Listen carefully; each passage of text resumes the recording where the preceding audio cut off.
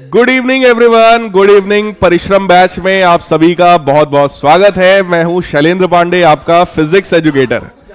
कैसे आप सभी लोग? Good evening guys, good evening, good evening, good evening प्यारे बच्चों। कैसे आप सभी लोग? मैं एकदम बिंदास हूं भाई।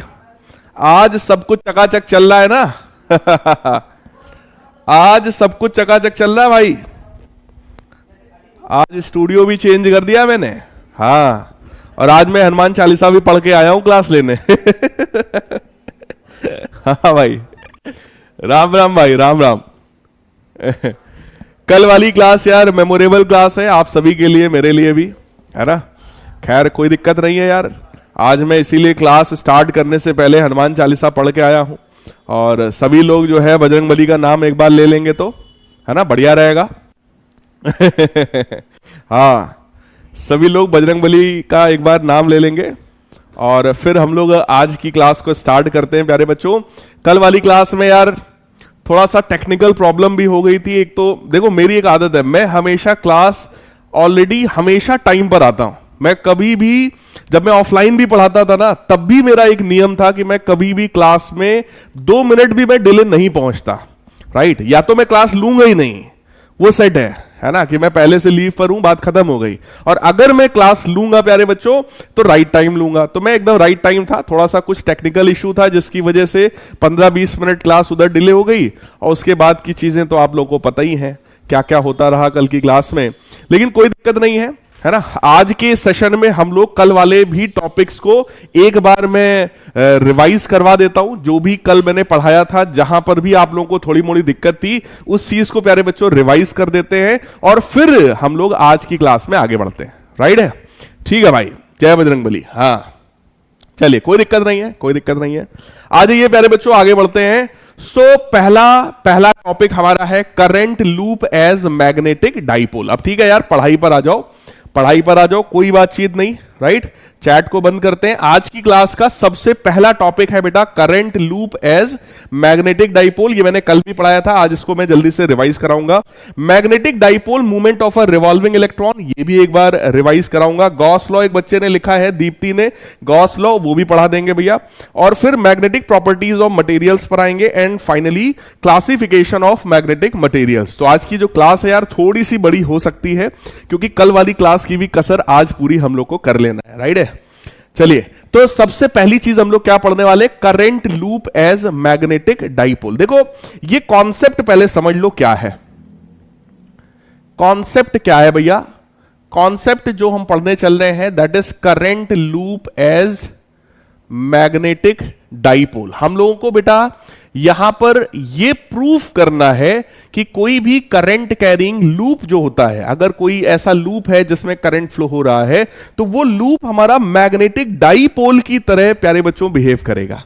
राइट? अब कोई भी चीज मैग्नेटिक डाइपोल की तरह कैसे बिहेव करेगी? जब उसमें डाइपोल वाले गुण होंगे तब तो। राइट? तो मेरे प्यारे बच्चों, अगर मैं किसी इलेक्ट्रिक डाइपोल की बात करूं, अब मेरे लॉजिक को समझना।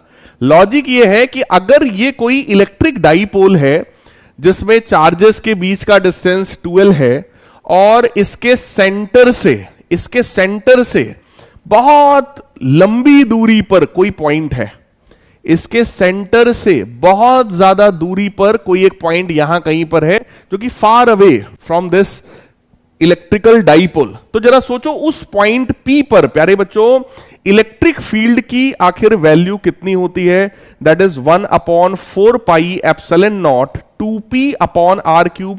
इस बात से सब लोग एग्री करते हो? इस बात से मेरे प्यारे बच्चे सब लोग एग्री करते हो? यार मैं चैट ओपन कर रहा हूं, जल्दी से धड़ाधड़ बता दीजिए। इस बात से सब लोग एग्री करते हो कि अगर एक इलेक्ट्रिक डाइपोल है, तो इस डाइपोल से अगर कोई पॉइंट बहुत दूर है, तो उस पॉइंट पर मेरे प्यारे बच्चों इलेक्ट्रिक फील्ड की वैल्यू होती है 1/4 pi epsilon not 2p upon r³। इस बात से सभी लोग एग्री करते हो? राइट?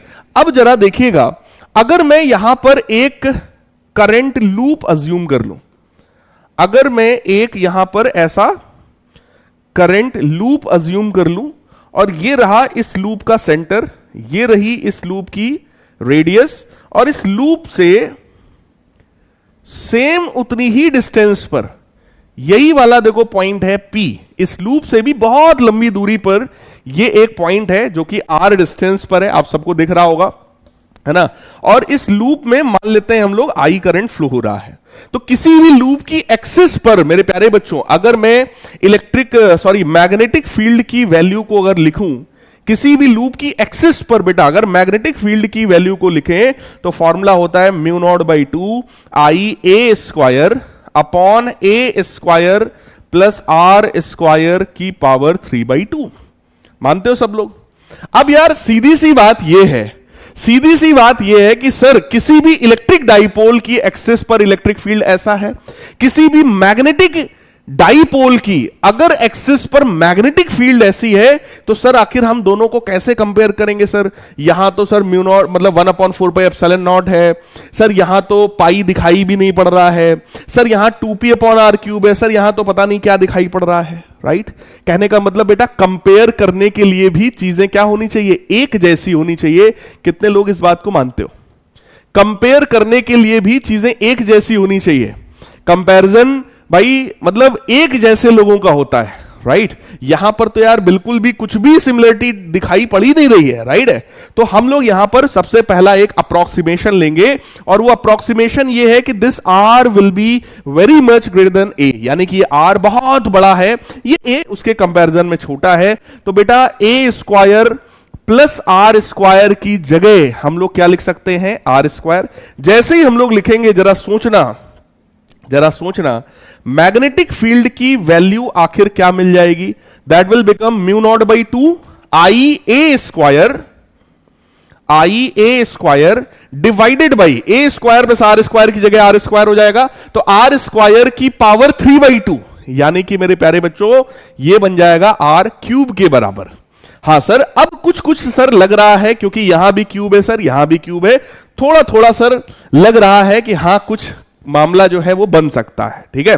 लेकिन अभी भी यार पूरा नहीं मैच हो रहा है। यहां पाई है, यहां तो पाई है ही नहीं, है ना। यहां पे 2 का टर्म है, यहां पे 2 का टर्म है ही नहीं। तो सर इसको थोड़ा सा और सर इसको जो है एक जैसा बनाने की कोशिश करते हैं। तो मेरे प्यारे बच्चों उसके लिए मैं क्या कर रहा हूं, मैं यहां पर 2 पाई का मल्टीप्लाई कर रहा हूं। देखो 2 और पाई का मल्टीप्लाई कर रहा हूं, नीचे भी 2 पाई का मल्टीप्लाई कर रहा हूं। अब एक चीज मेरे को कमेंट करके बताओ, अगर मैं 2 पाई का मल्टीप्लाई करूं, 2 पाई का डिवाइड भी कर दूं, तो क्या आप में से किसी को कोई दिक्कत है?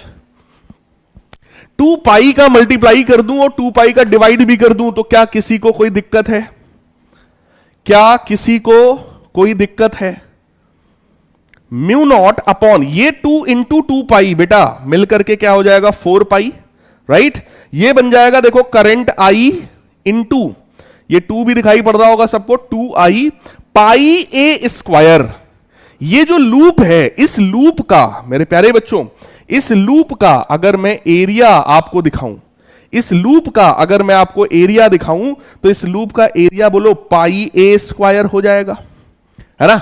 ये लूप है भैया, इस लूप का एरिया कितना है? Pi a square divided by r³, right. तो सर किसी भी इलेक्ट्रिक डाइपोल की एक्सिस पर सर इलेक्ट्रिक फील्ड ऐसी होती है, लेकिन सर किसी भी करंट कैरिंग लूप की एक्सिस पर जब हम लोगों ने मैग्नेटिक फील्ड सर निकाला, तो पहले तो ऐसा आया था, फिर अप्रोक्सीमेशन यूज किया सर, थोड़ा ऐसा बना, 2 पाई का मल्टीप्लाई डिवाइड किया सर, थोड़ा ऐसा बना।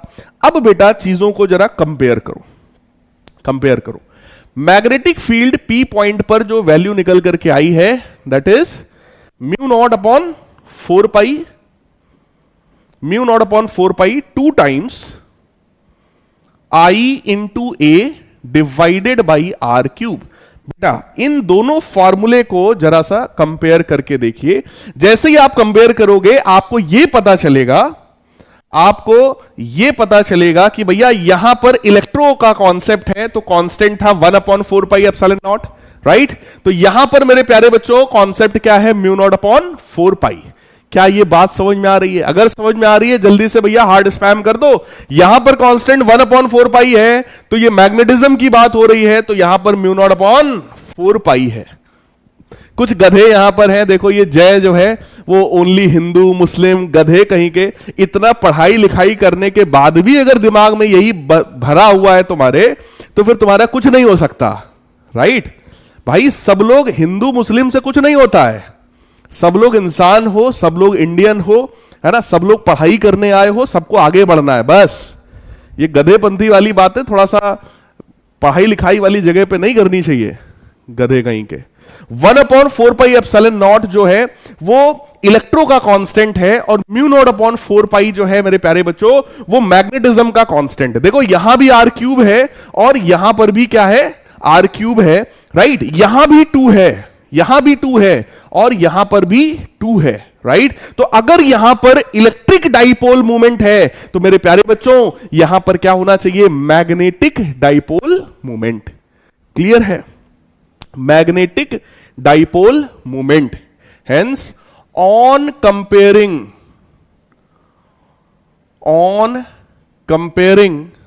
both फॉर्मूला, दोनों फॉर्मूले को जब हम लोगों ने कंपेयर किया तो अगर इस वाले फॉर्मूले में इलेक्ट्रिक डाइपोल मूवमेंट होता है तो this IA must be equal to magnetic dipole movement. So on comparing we got magnetic dipole movement, magnetic dipole movement small m is equal to current multiplied by area. Clear है, right. So दोनों फॉर्मूले को जब प्यारे बच्चों हम लोगों ने कंपेयर किया तो कंपेयर करके यह पता चला कि अगर कोई इलेक्ट्रिक डाइपोल है उसकी एक्सिस पर इलेक्ट्रिक फील्ड कुछ इस तरीके का है। मैग्नेटिक डाइपोल अगर कोई होता, अगर कोई मैग्नेटिक डाइपोल होता तो उसकी एक्सिस पर जो मैग्नेटिक फील्ड निकल करके आई है μ0/4π2IA/r³। ये फॉर्मूला और इस फॉर्मूले को देखो जरा, क्या ये एकदम मैचिंग टाइप का लग रहा है। यहां भी कांस्टेंट μ0/4π है, इलेक्ट्रो का कांस्टेंट 1/4πε0 होता है, वहां भी 2 है, यहां भी 2 है, यहां भी r³ है, वहां भी r³ है, यानी कि ये दोनों फॉर्मूले 100% मैचिंग टाइप के हैं। अब अगर ये सब कुछ मैच कर रहा है तो भाई साहब आखिरी चीज भी मैच करेगी, वो ये है कि अगर यहां पर इलेक्ट्रिक डाइपोल मूवमेंट है तो वहां पर क्या होना चाहिए, magnetic dipole movement. So that IA is equal to magnetic dipole movement. Magnetic dipole movement एक वेक्टर क्वांटिटी होती है, it is a vector quantity और इसके पास डायरेक्शन वही है जो एरिया का है। यानी कि अगर मैं इसको वेक्टर फॉर्म में लिखूं तो this is equal to current multiplied by area vector. तो जो डायरेक्शन बेटा एरिया वेक्टर का होगा सेम वही डायरेक्शन मैग्नेटिक मूवमेंट का भी होता है। आप कहेंगे सर एरिया वेक्टर तो परपेंडिकुलरली आउटवर्ड्स होता है, बिल्कुल सही बात है भाई साहब, लेकिन यहां पर करंट को भी हमें कंसीडर करना पड़ेगा। जैसे मान लो कोई एक लूप ये है और बिल्कुल ऐसा ही एक लूप ये हमारे पास है।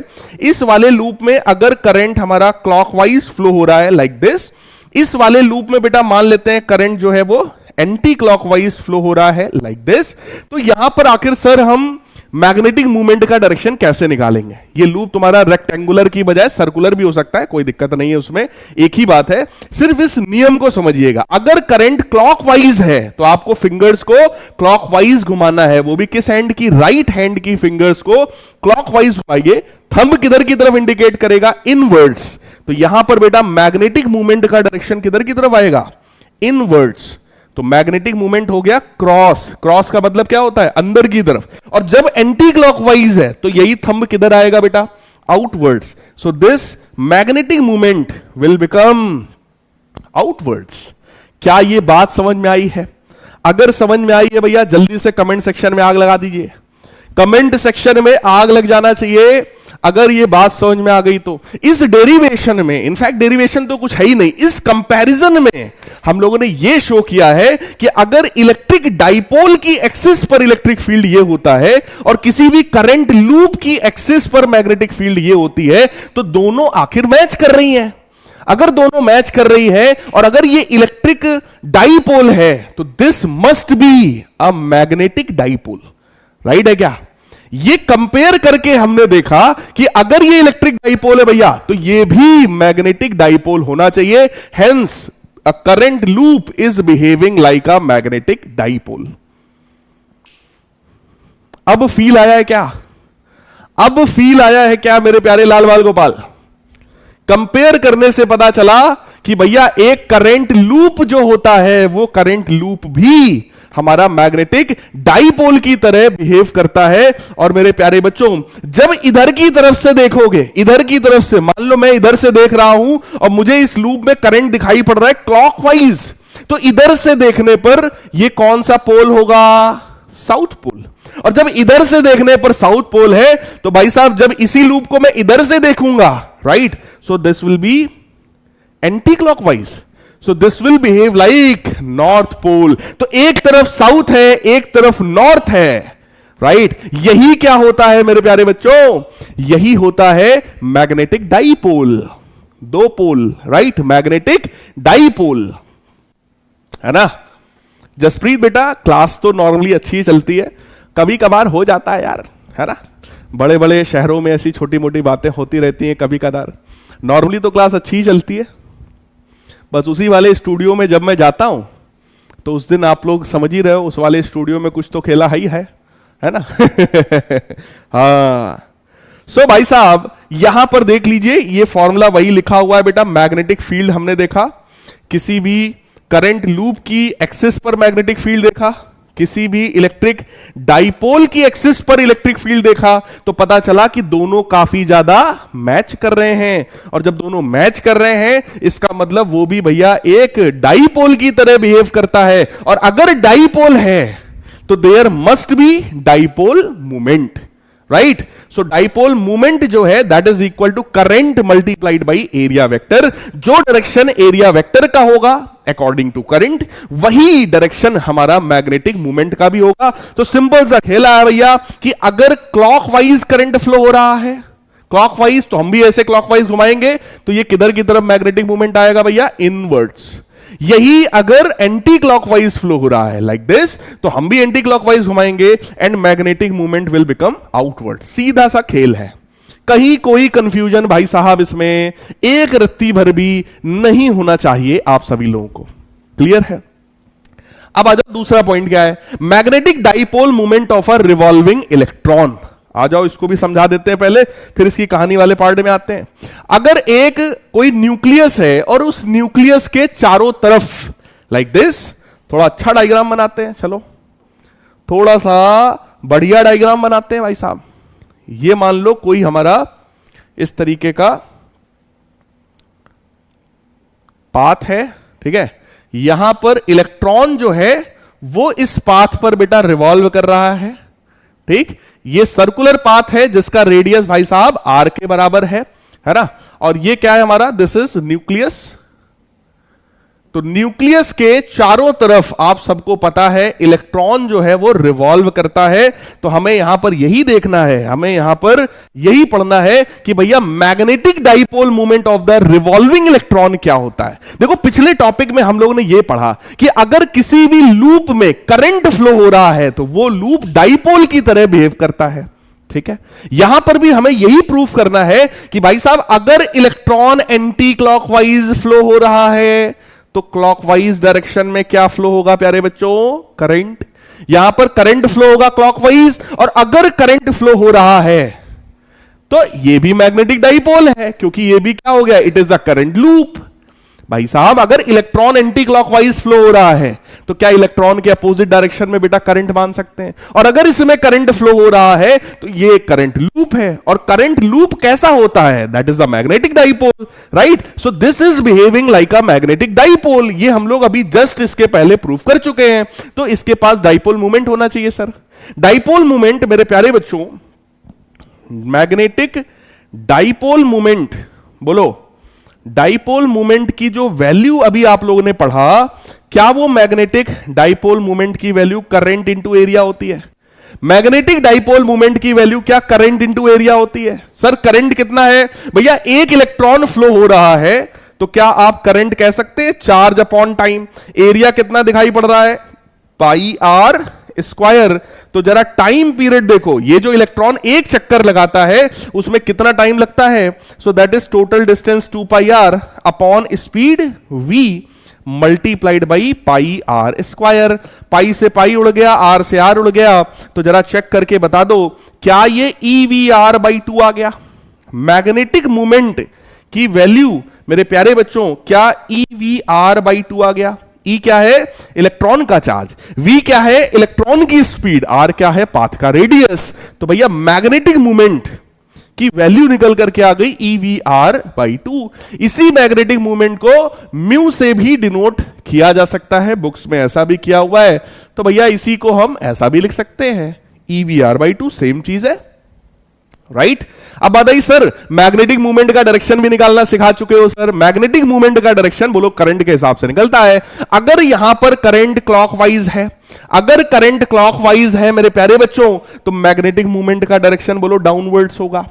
मैग्नेटिक मूवमेंट का जो डायरेक्शन है म्यू एल वेक्टर का बोलो डाउनवर्ड्स होगा, राइट। डाउनवर्ड्स डायरेक्शन में मैग्नेटिक डाइपोल मूवमेंट आ गया और उस मैग्नेटिक डाइपोल मूवमेंट की वैल्यू भी निकल करके आ गई, दैट इज EVR/2। जल्दी से कमेंट सेक्शन में भैया बता दो, क्या ये बात अब समझ में आ गई है? क्या ये बात अब समझ में आ गई है मेरे प्यारे बच्चों? धड़ाधड़ कमेंट सेक्शन में बता दीजिए भाई साहब।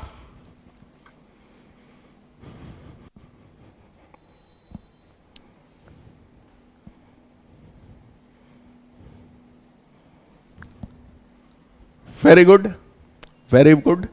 लो भैया एक लोग आ गए कह रहे हैं सर ये मैग्नेटिक डाइपोल मूवमेंट की वैल्यू क्या होती है? भाई साहब क्या हम अपना सर दे मारे हैं?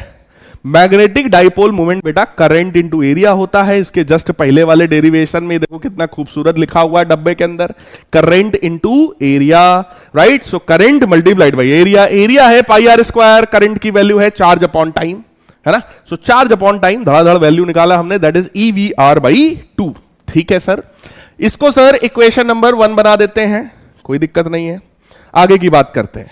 क्लास 11th में हम लोगों ने एक कॉन्सेप्ट पढ़ रखा है, that is concept of angular momentum. ये जो इलेक्ट्रॉन मेरे प्यारे बच्चों यहां पर रिवॉल्व कर रहा है, ये जो इलेक्ट्रॉन ऐसे पाथ में घूम रहा है, उस इलेक्ट्रॉन का बोलो एंगुलर मोमेंटम भी निकाला जा सकता है। एंगुलर मोमेंटम को बेटा L वेक्टर से रिप्रेजेंट करते हैं और उसका फॉर्मूला होता है M times R vector cross V vector, right. This is the formula of angular momentum, है ना। Angular momentum is moment of momentum, momentum का मोमेंट, राइट। यानी कि momentum multiplied by perpendicular distance, इसी को MVR भी लिख सकते हैं। गुनगुन कोई है बच्चा, उसने लिखा भी है। सो एंगुलर मोमेंटम L की वैल्यू आ गई भाई साहब M टाइम्स RV, क्योंकि एंगल 90 है दोनों के बीच का, साइन 90 जो है वो 1 के बराबर होता है, यानी कि MVR, राइट, MVR, है ना। तो इसको मैं यहां पर इक्वेशन नंबर 2 लिख सकता हूं।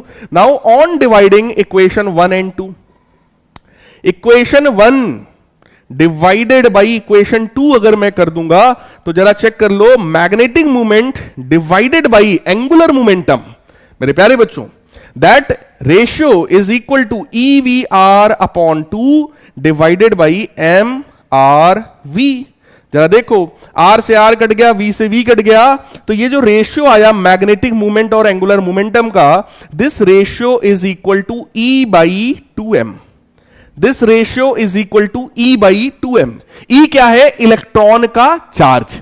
M क्या है? इलेक्ट्रॉन का मास। तो मेरे प्यारे बच्चों अगर मैं यहां पर वैल्यूज रख दूं 1.6 इंटू 10 की पावर -19 डिवाइडेड बाई 2 टाइम्स मास कितना है 9.1 इंटू 10 की पावर -31, राइट। तो इसको अगर सिंप्लीफाई किया जाएगा तो बेटा ये वैल्यू सॉल्व होकर आएगी 8.8 इंटू 10 टू द पावर कितना आता है भाई? 10 टू द पावर कितना आता है? 10 कूलम पर केजी, राइट है।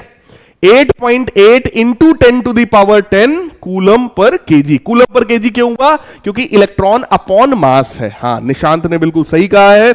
इसी रेशियो को भाई साहब गायरोमैग्नेटिक रेशियो भी कहा जाता है। This ratio is a constant value which is known as gyromagnetic ratio, right? So the ratio of angular movement, the ratio of magnetic moment to angular momentum of the revolving electron is always a constant equal to E/2m, which is known as gyromagnetic ratio. Value है 8.8 into 10 to the power 10। तो ये भी आपसे जो है पूछा जा सकता है। राइट है। तो यहां पर भैया पूरी कहानी लिखी हुई है ना, कहानी पूरी की पूरी लिखी हुई है। यही सेम चीज जो मैंने वहां पे सिखाया आपको, वही सेम चीज यहां लिखा है। गायरोमैग्नेटिक रेशियो, उसकी वैल्यू भी है, लैंग्वेज वगैरह इस तरीके से आप लोग लिख सकते हो, क्योंकि पेपर आपका होने वाला है सब्जेक्टिव, है ना। अब तो बात चकाचक सही है भाई, अब तो बात चकाचक सही है। सर इक्विवेलेंट करंट क्या है? इक्विवेलेंट करंट का मतलब यार करंट की वैल्यू वैसे ही कहां पर पूछ रहे हो, इक्विवेलेंट करंट यहीं पे निकाला होगा आपने, charge upon time. Equivalent current आपने ये निकाला है ना, ये देखो, ये भाई साहब ये देखो, करंट जो है that is charge upon time. Charge कौन सा? इलेक्ट्रॉन का। सो इलेक्ट्रॉन का charge upon time that is equivalent current. Clear है क्या? क्लियर है क्या ओम साहब? डॉक्टर साहब आ गए हैं। 9.1 इंटू 10 की पावर 31 कैसे आया? डॉक्टर साहब नाम के आगे से डॉक्टर हटाओ।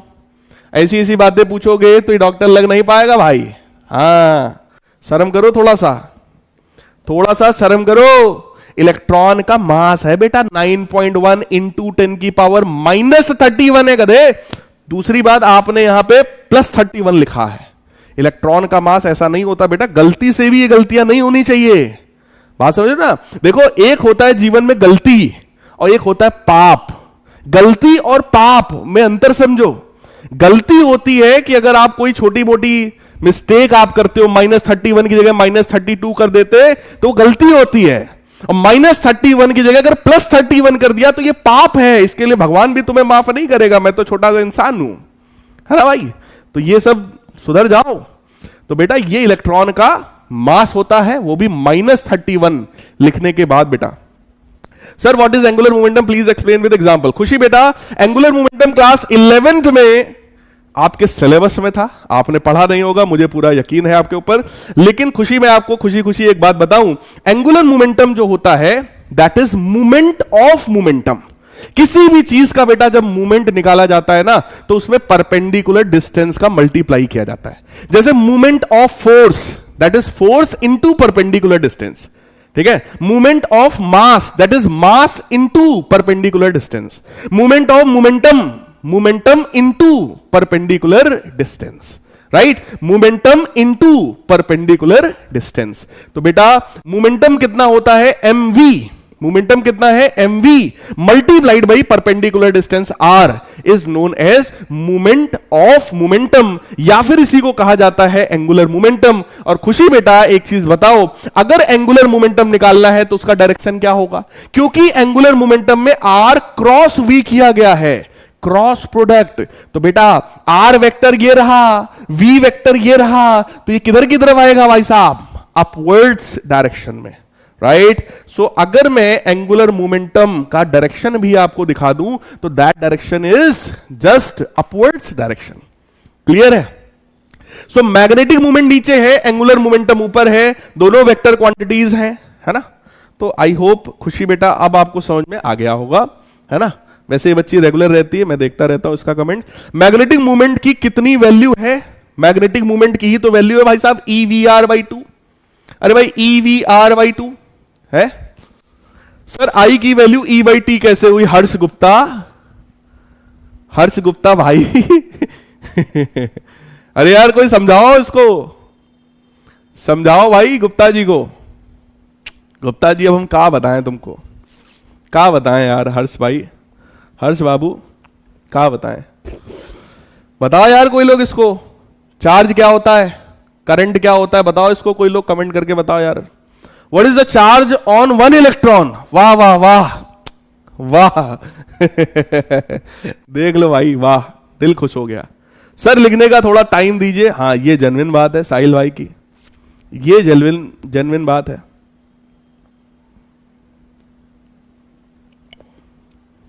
अरे भैया बड़ा यार तुम लोग जो है कमेंट सेक्शन खोल दो ना तो ऐसा लगता है कभी कभी कि अपना सर दही मारे।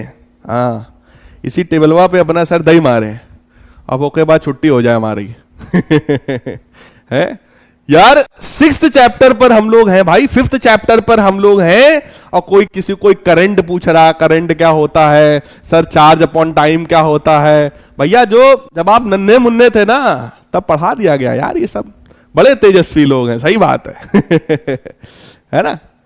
तो प्यारे बच्चों, करंट का मतलब होता है यार charge flowing per unit time, यानी कि electron upon time period.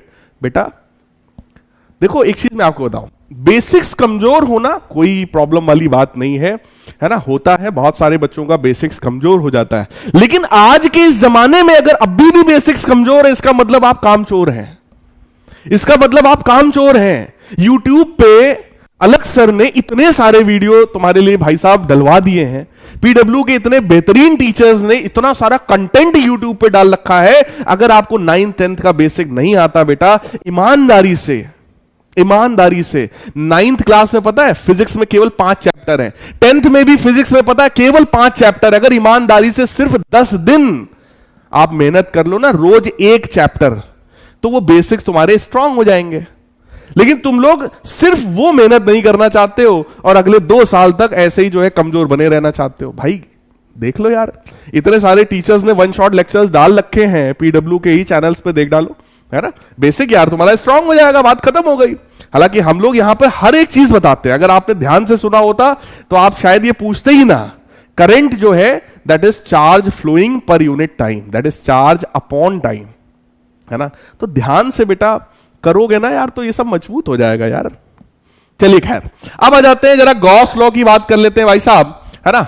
Gauss law जो है, गॉस लॉ जैसे इलेक्ट्रोस्टैटिक्स में होता है, बिल्कुल वैसा ही यहां पर भी गॉस लॉ होता है। गॉस लॉ क्या कहता है भैया, इलेक्ट्रिक फ्लक्स जो है वो Q in by epsilon not के बराबर होता है। तो प्यारे बच्चों यहां पर भी गॉस लॉ बिल्कुल उसी तरीके का एक्सप्रेशन देता है, that is magnetic flux is equal to mu naught times the net charge, net magnetic charge inside the Gaussian surface, right. अब जरा सोचो बेटा, सोचो जरा, अगर ये कोई मैग्नेट है तो मैग्नेट का नॉर्थ और साउथ पोल हमेशा ही होगा। इस मैग्नेट को अगर हम लोग किसी एक गॉसियन सरफेस के अंदर इनक्लोज कर दें, गॉसियन सरफेस के अंदर अगर इनक्लोज कर दें मेरे प्यारे लाल बाल गोपाल, तो अब इस गॉसियन सरफेस से पास होने वाला जो मैग्नेटिक फ्लक्स होगा, क्या वो मैग्नेटिक फ्लक्स हमेशा 0 होगा? क्योंकि मैग्नेटिक फ्लक्स का जो एक्सप्रेशन होता है उसमें बोलो mu naught times q net, q in की बात करेंगे। और जरा एक चीज बताओ, इस गॉसियन सरफेस के अंदर का नेट चार्ज क्या हमेशा 0 होगा? अगर ये पॉजिटिव की तरह बिहेव कर रहा है तो बेटा ये निगेटिव की तरह बिहेव कर रहा है, तो इसके अंदर का जो क्यू नेट है, क्यू इन है, क्या वो हमेशा ही 0 होगा मेरे प्यारे बच्चों? अगर इसके अंदर का नेट मैग्नेटिक चार्ज हमेशा 0 है तो this magnetic flux is always equal to 0। और बोलो मैग्नेटिक फ्लक्स जो है that is surface integral of magnetic field over closed area, है ना। So integral of magnetic field over closed area is always equal to 0, or you can simply write the net magnetic flux through a closed surface is equal to 0। ठीक है, तो किसी भी closed surface, किसी भी closed Gaussian surface की वजह से मैग्नेटिक फ्लक्स हमेशा ही भाई साहब 0 होता है। इससे 2-3 रिजल्ट बेटा निकल करके आते हैं, 2-3 रिजल्ट निकल करके आते हैं। सबसे पहला रिजल्ट यह है कि अगर नेट मैग्नेटिक फ्लक्स 0 है तो इसका मतलब ये सेजू 2 बार सेजू इन्होंने पूछा है, ये कह रहे हैं कि सर ये आखिर क्यू नेट सर 0 कैसे हो गया? बेटा क्यू नेट का मतलब होता है इसके अंदर का नेट मैग्नेटिक चार्ज। भैया इसके अंदर पॉजिटिव भी है QM, इसके अंदर निगेटिव भी है -QM, तो क्या नेट 0 नहीं होगा भाई साहब? सेजू 2 बार सेजू, क्या ये 0 नहीं होगा बेटा? क्या नेट मैग्नेटिक चार्ज 0 नहीं होगा? बताओ यार, तुम ही बता दो भाई। पॉजिटिव भी है निगेटिव भी है और हमेशा दोनों बराबर हैं, जस्ट इक्वल एंड अपोजिट, तो क्या ये 0 नहीं होगा बेटा? आई थिंक आप समझ गए होंगे, राइट।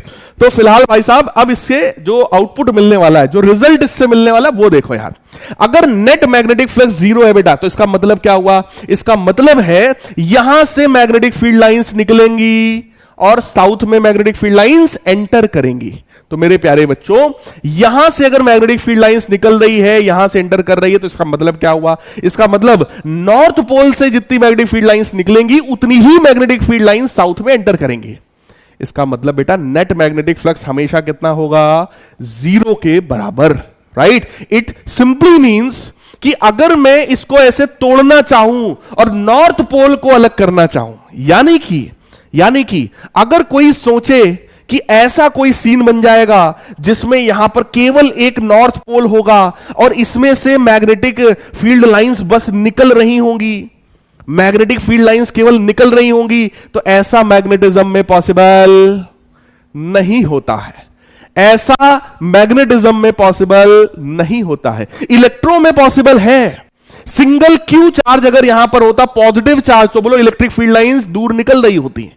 लेकिन मैग्नेटिज्म में ऐसा पॉसिबल भाई साहब नहीं होता है, क्योंकि अगर यहां नॉर्थ पोल है तो बगल में भाई साहब साउथ पोल भी होगा। यहां से मैग्नेटिक फील्ड लाइंस निकलेंगी तो साउथ में वापस लौट के भी आएंगी। क्लियर है क्या? है ना? इसीलिए बेटा नेट मैग्नेटिक फ्लक्स जो है वो हमेशा जीरो होता है। यानी कि आउटपुट में, रिजल्ट में हमें क्या मिला? रिजल्ट में हमको यह मिला कि Gauss law indicates that there is no source और sink of magnetic field inside a close surface. यानी क्लोज सरफेस के अंदर कोई भी ऐसा पॉइंट नहीं है जहां से मैग्नेटिक फील्ड लाइंस निकल रही हो और जहां पर जा रही हो, है ना? तो जो हम लोग ये बोलते हैं ना कि साउथ से निकल रही है, नॉर्थ जा रही है, ये कंटिन्यूअस लूप होता है बेटा। यहां से निकली, यहां पर आई, फिर वापस गई, यहां से निकली, यहां आई, फिर वापस गई। अब सोचो इसका स्टार्टिंग पॉइंट क्या है? स्टार्टिंग पॉइंट क्या है? जैसे इलेक्ट्रिक फील्ड लाइंस में हम लोग बोलते हैं ना, पॉजिटिव चार्ज से निकलती है, निगेटिव चार्ज में आती है। पॉजिटिव चार्ज से निकलती है, निगेटिव चार्ज में एंटर कर जाती है। ऐसा पढ़ते हैं ना इलेक्ट्रिक फील्ड लाइंस में हम लोग। लेकिन मैग्नेटिक फील्ड लाइंस में ऐसा नहीं होता भाई। मैग्नेटिक फील्ड लाइंस में मेरे प्यारे बच्चों ये हमेशा एक क्लोज्ड लूप बनाता है। और क्लोज्ड लूप कहां से शुरू हो रहा है बोलो? किसी को नहीं पता।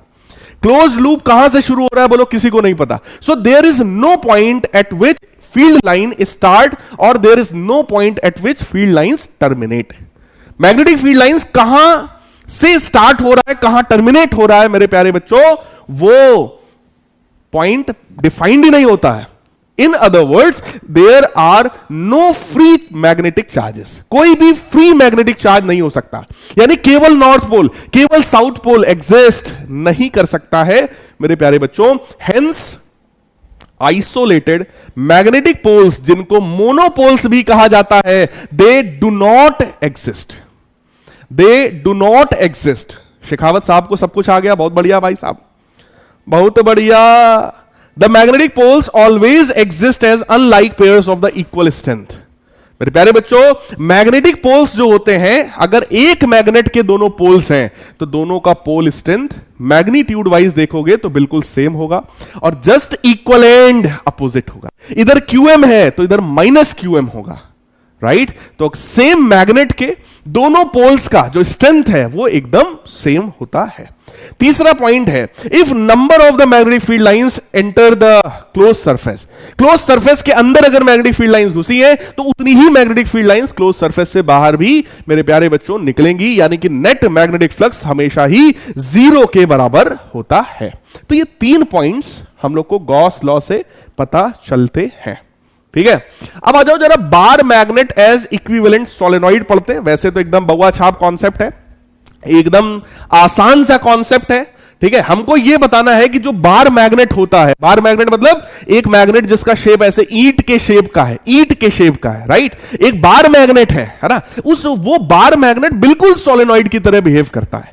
तो भैया अगर बार मैग्नेट की प्रॉपर्टीज और सोलेनॉइड की प्रॉपर्टीज अगर मैचिंग है तो क्या इसका मतलब एकदम सेम टाइप से दोनों बिहेव कर रहे हैं, दोनों एक दूसरे के लिए इक्विवेलेंट है, राइट?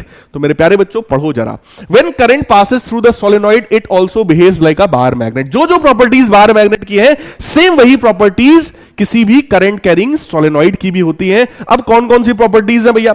सबसे पहली प्रॉपर्टी ये है, current carrying solenoid suspended freely always stay in north south direction. अगर सोलेनॉइड को ऐसे लटकाया जाएगा तो नॉर्थ साउथ डायरेक्शन में ही रुकता है।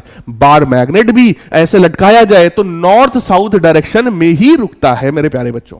ठीक है ना? दूसरा पॉइंट हमारे पास ये है, two current carrying solenoid exhibit mutual attraction and repulsion. दो सोलेनॉइड्स अगर हैं तो एक दूसरे को अट्रैक्ट भी कर सकते हैं, रिपेल भी कर सकते हैं, राइट? और बार मैग्नेट्स में भी यही होता है भैया कि सेम पोल्स अगर एक तरफ करोगे तो रिपेल करेंगे, अपोजिट पोल्स करोगे तो अट्रैक्ट करेंगे। क्लियर है क्या? समझ में आ रहा है क्या प्यारे बच्चों? ये कुछ लोग आपस में लगे पड़े हैं, हाँ इतना बढ़िया टॉपिक चल रहा है और कुछ लोग आपस में लगे पड़े हैं, है? नालायक। तीसरा है मैग्नेटिक फील्ड लाइंस का पैटर्न। मेरे प्यारे बच्चों, ये जो है कोई बार मैग्नेट है, ठीक है? ये जो है वो कोई बार मैग्नेट है, ये रहा नॉर्थ, ये रहा साउथ, यहां से मैग्नेटिक फील्ड लाइन निकल रही है, साउथ में आ रही है। और ये जो है वो कोई सोलेनॉइड है, this and is behaving like north and this is behaving like south, right? इसका जो मैग्नेटिक फील्ड लाइंस का पैटर्न है, इसका जो मैग्नेटिक फील्ड लाइंस का पैटर्न है, चेक कर लो, एकदम चकाचक सेम एक टाइप का लग रहा है। इसका मतलब ये तीनों प्रॉपर्टीज बार मैग्नेट में भी है, ये तीनों प्रॉपर्टीज सोलेनॉइड में भी है। इसका मतलब bar magnet is behaving like a solenoid, और you can say solenoid is behaving like a bar magnet. Clear है क्या? क्लियर है क्या? क्लियर है क्या?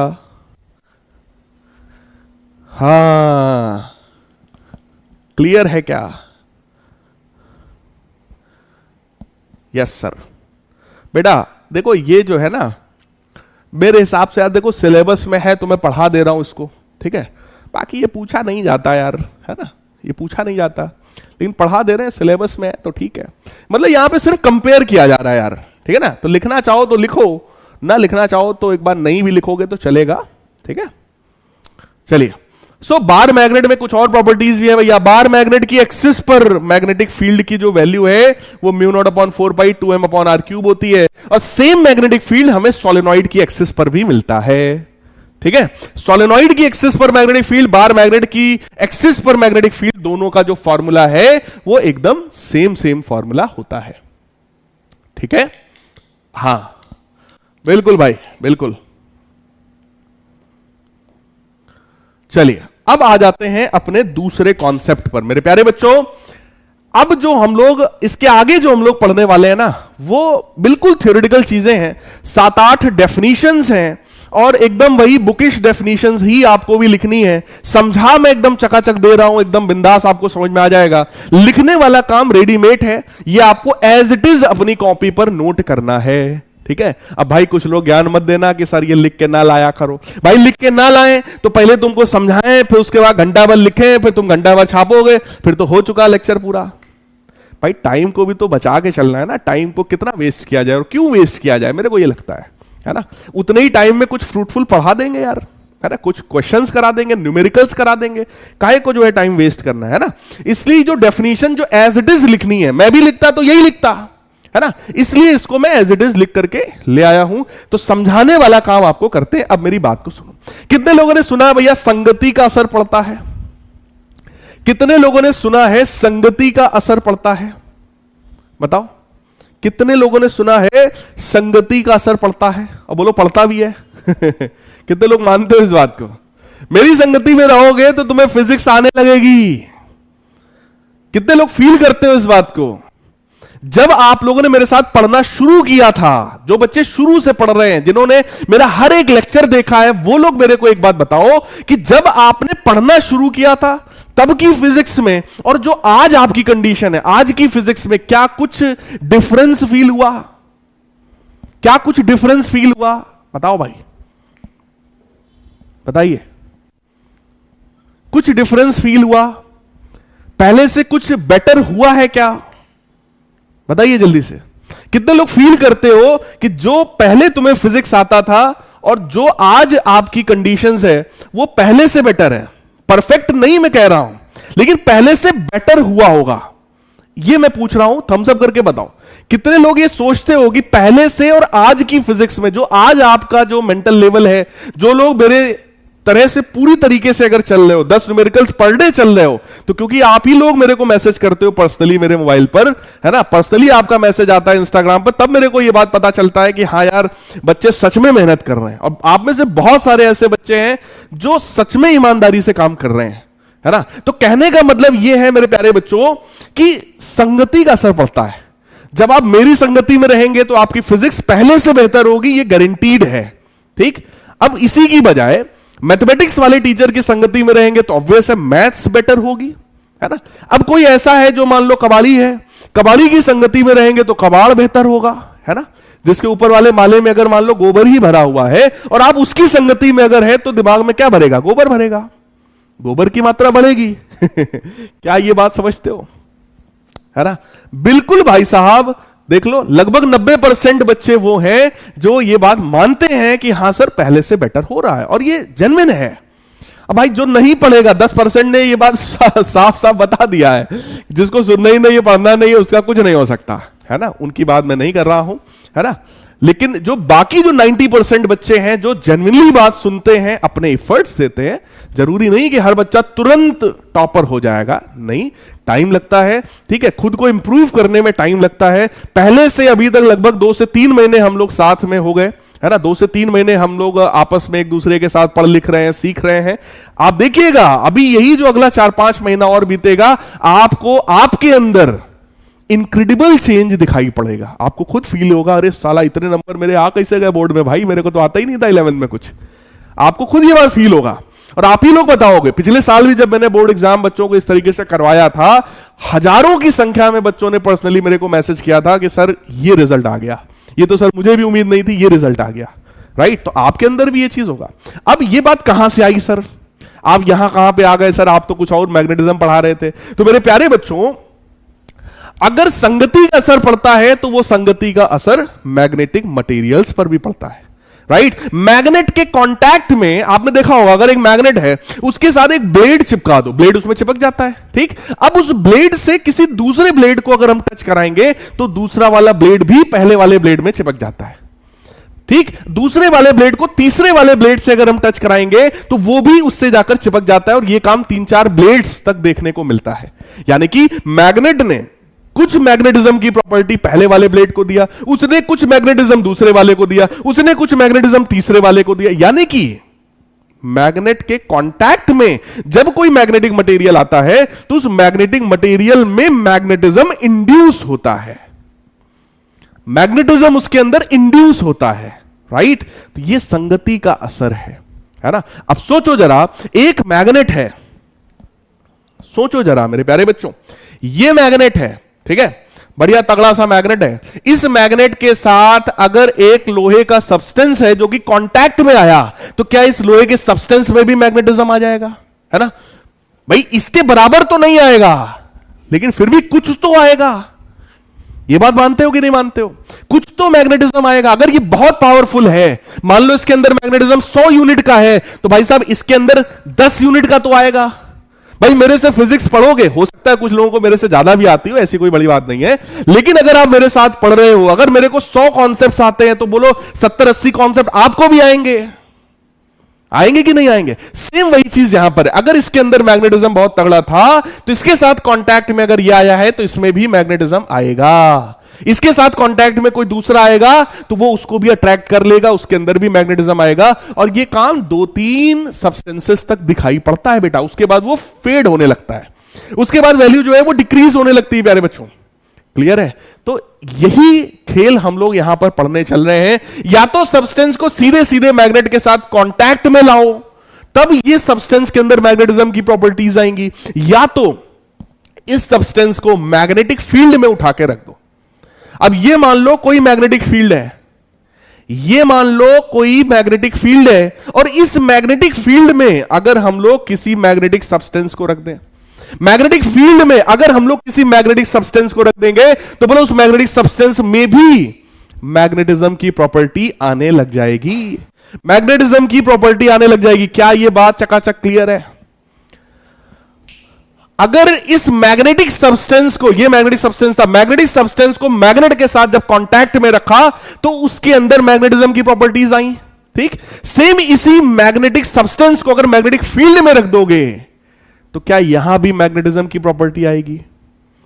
क्या यहां भी मैग्नेटिज्म की प्रॉपर्टी आएगी? धड़ाधड़ बता दो भाई, आग लगा दो कमेंट सेक्शन में। कितने लोग मानते हो हां सर इसके अंदर भी मैग्नेटिक प्रॉपर्टीज आएंगी? कितने लोग मानते हो इसके अंदर मैग्नेटिक प्रॉपर्टीज आएंगी सर? है ना? तो बेटा बस यही खेल हम लोग यहां पर सीखने चल रहे हैं।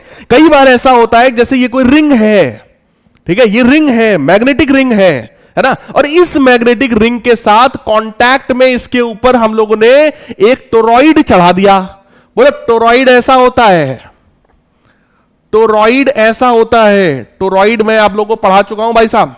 बोलो इस मैग्नेटिक रिंग के ऊपर हम लोगों ने एक टोरॉइड लपेट दिया। बोलो टोरॉइड के अंदर मैग्नेटिक फील्ड होती है, टोरॉइड के अंदर बोलो मैग्नेटिक फील्ड होती है। इस टोरॉइड के अंदर बोलो म्यू नॉट एन आई, ये मैग्नेटिक फील्ड इसके अंदर होती है, यूनिफॉर्म मैग्नेटिक फील्ड, राइट। तो वो मैग्नेटिक फील्ड के कांटेक्ट में जब ये रिंग आएगा तो इस रिंग की सरफेस पर भी मैग्नेटिज्म इंड्यूस हो जाएगा, रिंग की सरफेस में भी मैग्नेटिज्म इंड्यूस हो जाएगा। क्या यह बात सही है? क्या यह बात मेरे प्यारे बच्चों सही है ना? वही हम लोग पढ़ने चल रहे हैं, है ना, वही हम लोग पढ़ने चल रहे हैं। ठीक है, अब एक बात सुनिएगा, बार बार मैं मैग्नेटिक सब्सटेंस की बात कर रहा हूं, बार बार मैं मैग्नेटिक सब्सटेंस की बात कर रहा हूं। मैंने ये नहीं कहा कि किसी भी सब्सटेंस को मैग्नेट के साथ कांटेक्ट में लाओगे तो उसके अंदर मैग्नेटिज्म आ जाएगा, मैंने ये नहीं कहा। मैंने ये बोला है मैग्नेटिक सब्सटेंस को जब मैग्नेट के साथ कांटेक्ट में लाओगे या मैग्नेटिक सब्सटेंस को जब मैग्नेटिक फील्ड के अंदर लाओगे तब उसके अंदर मैग्नेटिज्म आएगा। अब बात आई कि सर ये मैग्नेटिक सब्सटेंस क्या होता है? प्यारे बच्चों, मैग्नेटिक सब्सटेंस वो है जिसके अंदर मैग्नेटिक फील्ड डेवलप कराई जा सकती है ना। अभी मैंने एक क्वेश्चन पूछा था, कितने बच्चों को इंप्रूवमेंट फील हुआ है 3 महीने में? 90% बच्चों को। 10% बच्चों को नहीं हुआ। क्यों? क्योंकि वो मैग्नेटिक सब्सटेंस है ही नहीं। मैग्नेटिक सब्सटेंस वो है जिनको मैग्नेटाइज किया जा सकता है, और इस क्लास में भी 90% बच्चे वो हैं जिनको पढ़ा के इंप्रूव करवाया जा सकता है। 10% वो है जिनका कुछ नहीं हो सकता, and that is very acceptable, इसमें कोई दिक्कत वाली बात नहीं है। 10% ये वही हैं जिनमें कुछ नहीं होने वाला। अब सोचो 3 महीने से पढ़ रहे हैं लेकिन इनको कोई इंप्रूवमेंट नहीं लगा, फिर भी पढ़ रहे हैं। सोचो बात समझ रहे हो? इंप्रूवमेंट 10% का हो सकता था, 15% का हो सकता था, लेकिन ये इम्पॉसिबल है कि इंप्रूवमेंट ही ना हुआ हो। मानते हो कि नहीं मानते हो? ऐसे ही मेरे प्यारे बच्चों, ऐसे ही मेरे प्यारे बच्चों, अब कोई प्लास्टिक है, प्लास्टिक में आप मैग्नेटिज्म नहीं ला सकते। मैग्नेट के कांटेक्ट में अगर आप इस प्लास्टिक को रख भी दोगे तो उसके अंदर कुछ नहीं होगा। क्यों? क्योंकि वो है ही नहीं उस काबिल कि उसके अंदर मैग्नेटिज्म आ जाए, उसके अंदर वो प्रॉपर्टीज ही नहीं है, राइट। यहां पर भी ऐसा ही होता है, बच्चों के साथ भी ऐसा ही होता है। जब बच्चों को एक सही एटमॉस्फेयर मिलता है तो बच्चे भी पढ़ने लग जाते हैं, ना पढ़ने वाले भी पढ़ने लग जाते हैं। ऐसे ऐसे बच्चे मैंने ऑफलाइन में देखा है जो एकदम लोफर लड़का था, लेकिन वो भी कुछ समय के बाद जब उसको ये फील हो गया तो उसके अंदर भी चेंजेस आ गए, वो बाद में टॉपर बन गया। ठीक है, ऐसा हो जाता है, इट इज वेरी नॉर्मल। लेकिन एक माहौल की रिक्वायरमेंट है, वही माहौल यहां पर प्रोवाइड करेंगे हम लोग मैग्नेटिक फील्ड में, लेकिन सब्सटेंस कैसा होना चाहिए? Magnetic substance. क्लियर है? मैग्नेटिक सब्सटेंसेस 3 तरीके के हो सकते हैं बेटा, 3 तरीके के हो सकते हैं, डायामैग्नेटिक, पैरामैग्नेटिक और ferromagnetic substances. Diamagnetic, paramagnetic, ferromagnetic substances 3 तरीके के सब्सटेंसेस होते हैं। अब जरा बात को ध्यान से सुनो, ठीक है। ये जो एक्सटर्नल फील्ड है, जिस फील्ड में सब्सटेंस को रखा जा रहा है ताकि ये सब्सटेंस मैग्नेटाइज हो जाए, इसके अंदर भी कुछ मैग्नेटिज्म की प्रॉपर्टीज आ जाए, इस एक्सटर्नल फील्ड को बोलते हैं मैग्नेटाइजिंग फील्ड। इस सब्सटेंस को क्या बोलते हैं? Magnetising field. तो जरा ध्यान से सुनिएगा मेरी बात। What is magnetising field? It is that external field which is used to magnetise the substance. It is that external field which was used to magnetize the substance, which is known as magnetizing field. तो जरा ध्यान से सुनिएगा। When a magnetic material is placed in magnetic field, magnetic material को magnetic field में अगर हम रखेंगे, magnetism is induced in it. उसके अंदर magnetism आ जाता है, ठीक है। The magnetic field that exists in vacuum and induces magnetism is called magnetizing field. और बोलो सोलेनॉइड के अंदर की जो फील्ड है, टोरॉइड के अंदर की जो फील्ड है, वो कैसी फील्ड होती है? Magnetising field. कोई भी ऐसी फील्ड जिसमें अगर सब्सटेंस को रखें तो सब्सटेंस मैग्नेटाइज हो जाए, उसको क्या बोलते हैं प्यारे बच्चों? उसको क्या बोलते हैं? Magnetising field. अगर बात समझ में आई है भाई, हार्ड स्पैम करके बता दो।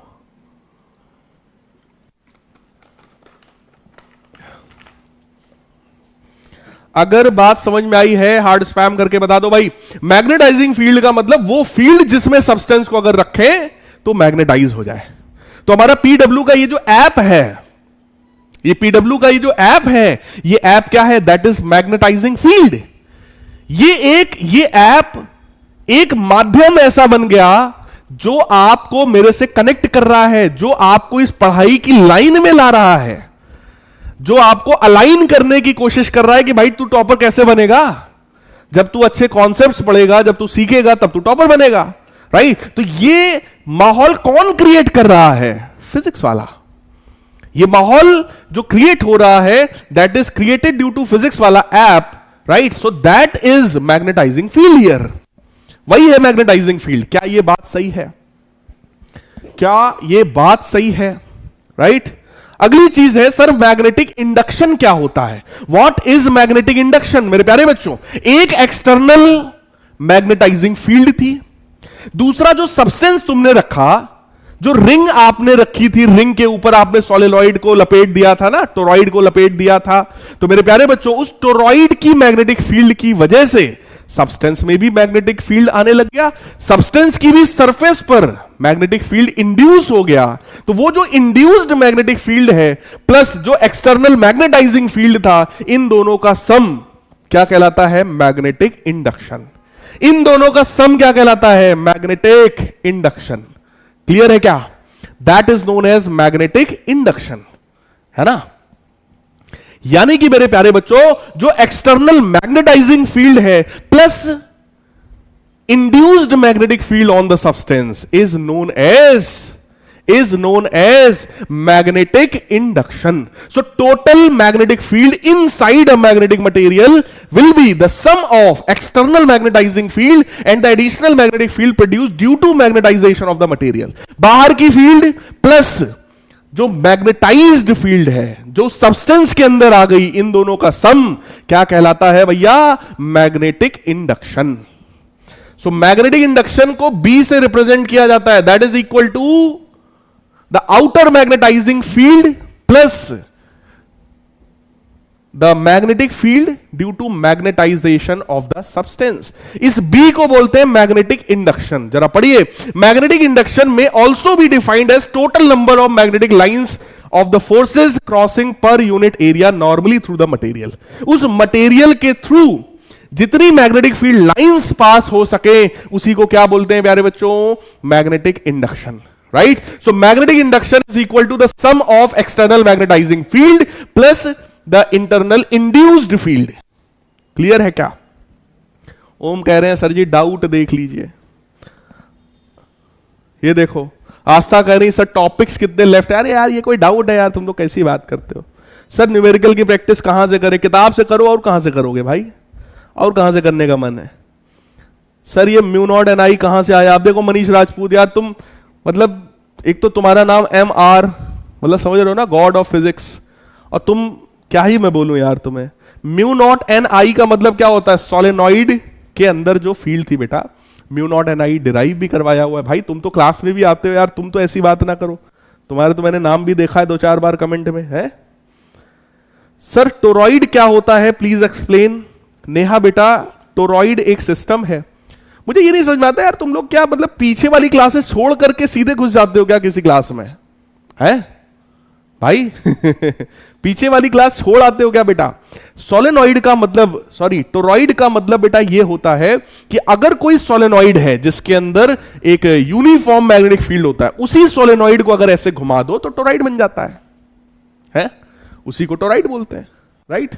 सर मेरे चैट सेक्शन में कोई इमोजी फायर हार्ट स्पैम होता है तो उसका ऑप्शन नहीं दिखता, बताओ क्या करें? अख्तर साहब करी बहुत बड़ी टेंशन है?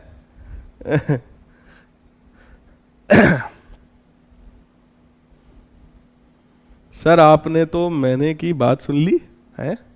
What is magnetic substance? अच्छा आपके मन की बात सुन ली हमने, ठीक बात है भाई.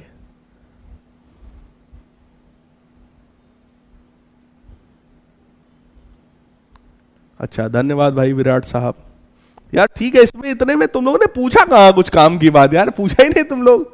है कमेंट में देखो please sir tell topper strategy.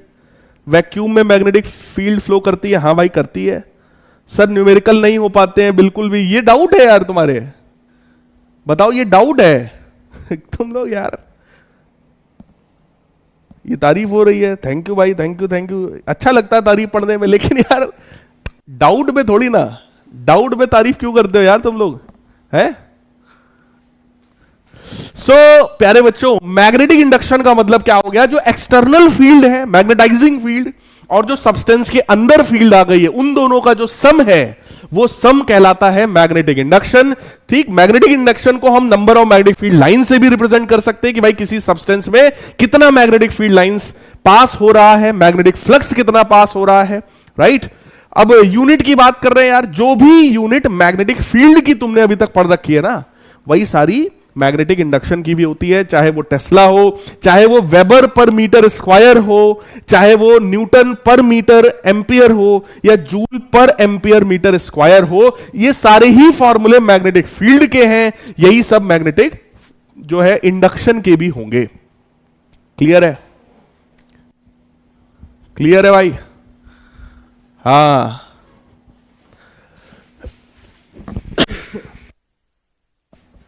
Magnetising field intensity, magnetising field intensity का मतलब जरा समझिएगा। अब यहां पर मैंने क्या बोला, जो फिजिक्स वाला ऐप है, that is what, that is providing a medium to connect you and me, है ना? आप हमको और आपको जोड़ने का एक तरीका है ना, फिजिक्स वाला app, that was magnetising field. अब बात आया मैग्नेटाइजिंग फील्ड इंटेंसिटी, यानी कि हमारा ऐप कितना कारगर है, कितना इफेक्टिव है, आपको कितने सारे बच्चों की प्रॉब्लम्स को सॉल्व किया हमारे ऐप ने, राइट? बिल्कुल वही वाली बात अब जरा फिजिक्स की लैंग्वेज में ले आओ भाई साहब। मैग्नेटाइजिंग फील्ड इंटेंसिटी का मतलब जो एक्सटर्नल फील्ड है उसकी कितनी कैपेसिटी है सब्सटेंस को मैग्नेटाइज करने की, बात समझ रहे हो? एक्सटर्नल फील्ड की कितनी कैपेसिटी है, कितनी कैपेसिटी है एक्सटर्नल फील्ड की सब्सटेंस को मैग्नेटाइज करने के लिए, उसको क्या बोलते हैं? Magnetising field intensity. अगर मेरा और अपनी बात करूं, ठीक है, तो मेरा काम क्या है? आपको फिजिक्स सिखाना, आपका काम क्या है? फिजिक्स सीखना।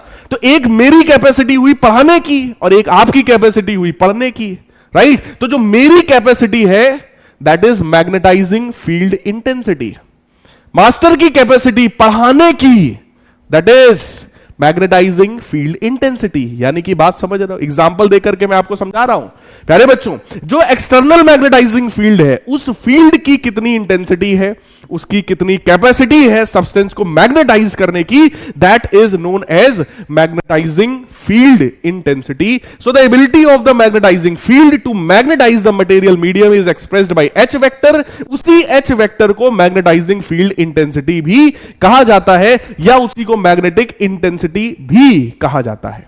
जल्दी से कमेंट करके, हार्ड स्पैम करके, आग लगा के बता दो भाई, क्या यह बात समझ में आ गया है?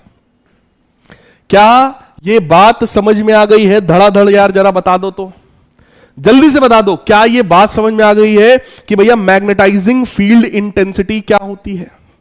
What is magnetising field intensity? Is this clear? External field की capacity to magnetise the substance, right? External field की capacity to magnetise the substance is known as magnetising field intensity, right है?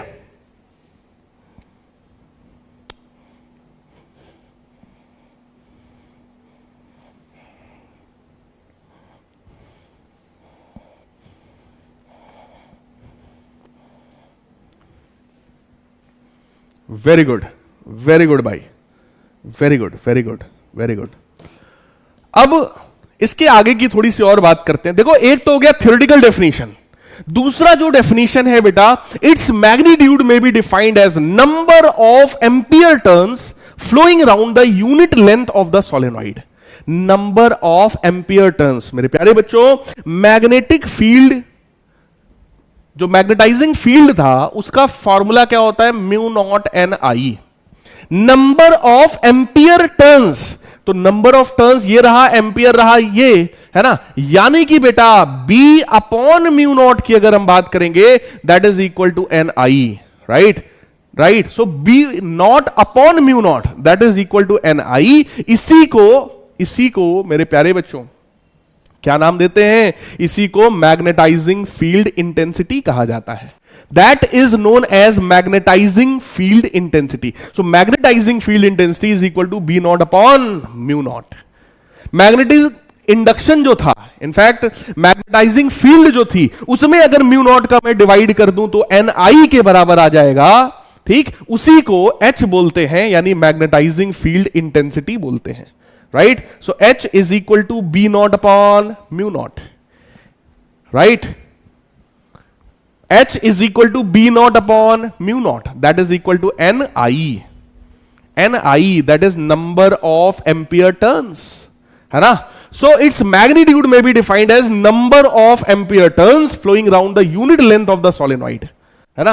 Unit length of the solenoid required to produce the given magnetising field. उस field को produce करने के लिए जो number of ampere turns का requirement है per unit length of the solenoid, that is known as H, यानी कि मैग्नेटाइजिंग फील्ड इंटेंसिटी। क्लियर है भाई? कितने लोगों को ये डेफिनेशन समझ में आ गई भाई? H is equal to B not upon mu not that is equal to N I. अगर मैं इसके डायमेंशनल फॉर्मूला की बात करूं, डायमेंशन बेटा, डायमेंशन एन और आई का है, एन आई अपॉन एल। देखो नंबर ऑफ टर्न्स का कोई डायमेंशन नहीं होता है, वो तो सिर्फ नंबर है ना।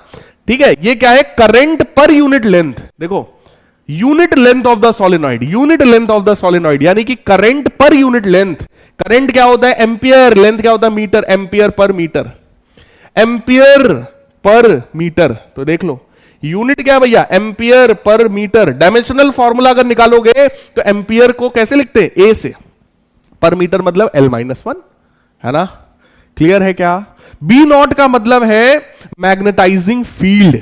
बी नॉट का मतलब मैग्नेटाइजिंग फील्ड, सोलेनॉइड के अंदर का magnetic field, that is mu naught N I. That is mu naught N आई।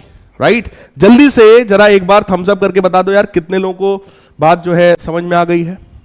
कितने लोगों को बात समझ में आ गई है? जल्दी से बता दो भाई। तब तक मैं एक बार फिर से रिपीट कर रहा हूं, जरा सुनो। यहां पर दो चीजें हैं, एक है मैग्नेटाइजिंग फील्ड और दूसरा है वो सब्सटेंस जिसको मैग्नेटाइज करना है। मैग्नेटाइजिंग फील्ड का काम क्या है? सब्सटेंस को मैग्नेटाइज करना। सब्सटेंस का काम क्या है? मैग्नेटाइज होना। क्लियर है?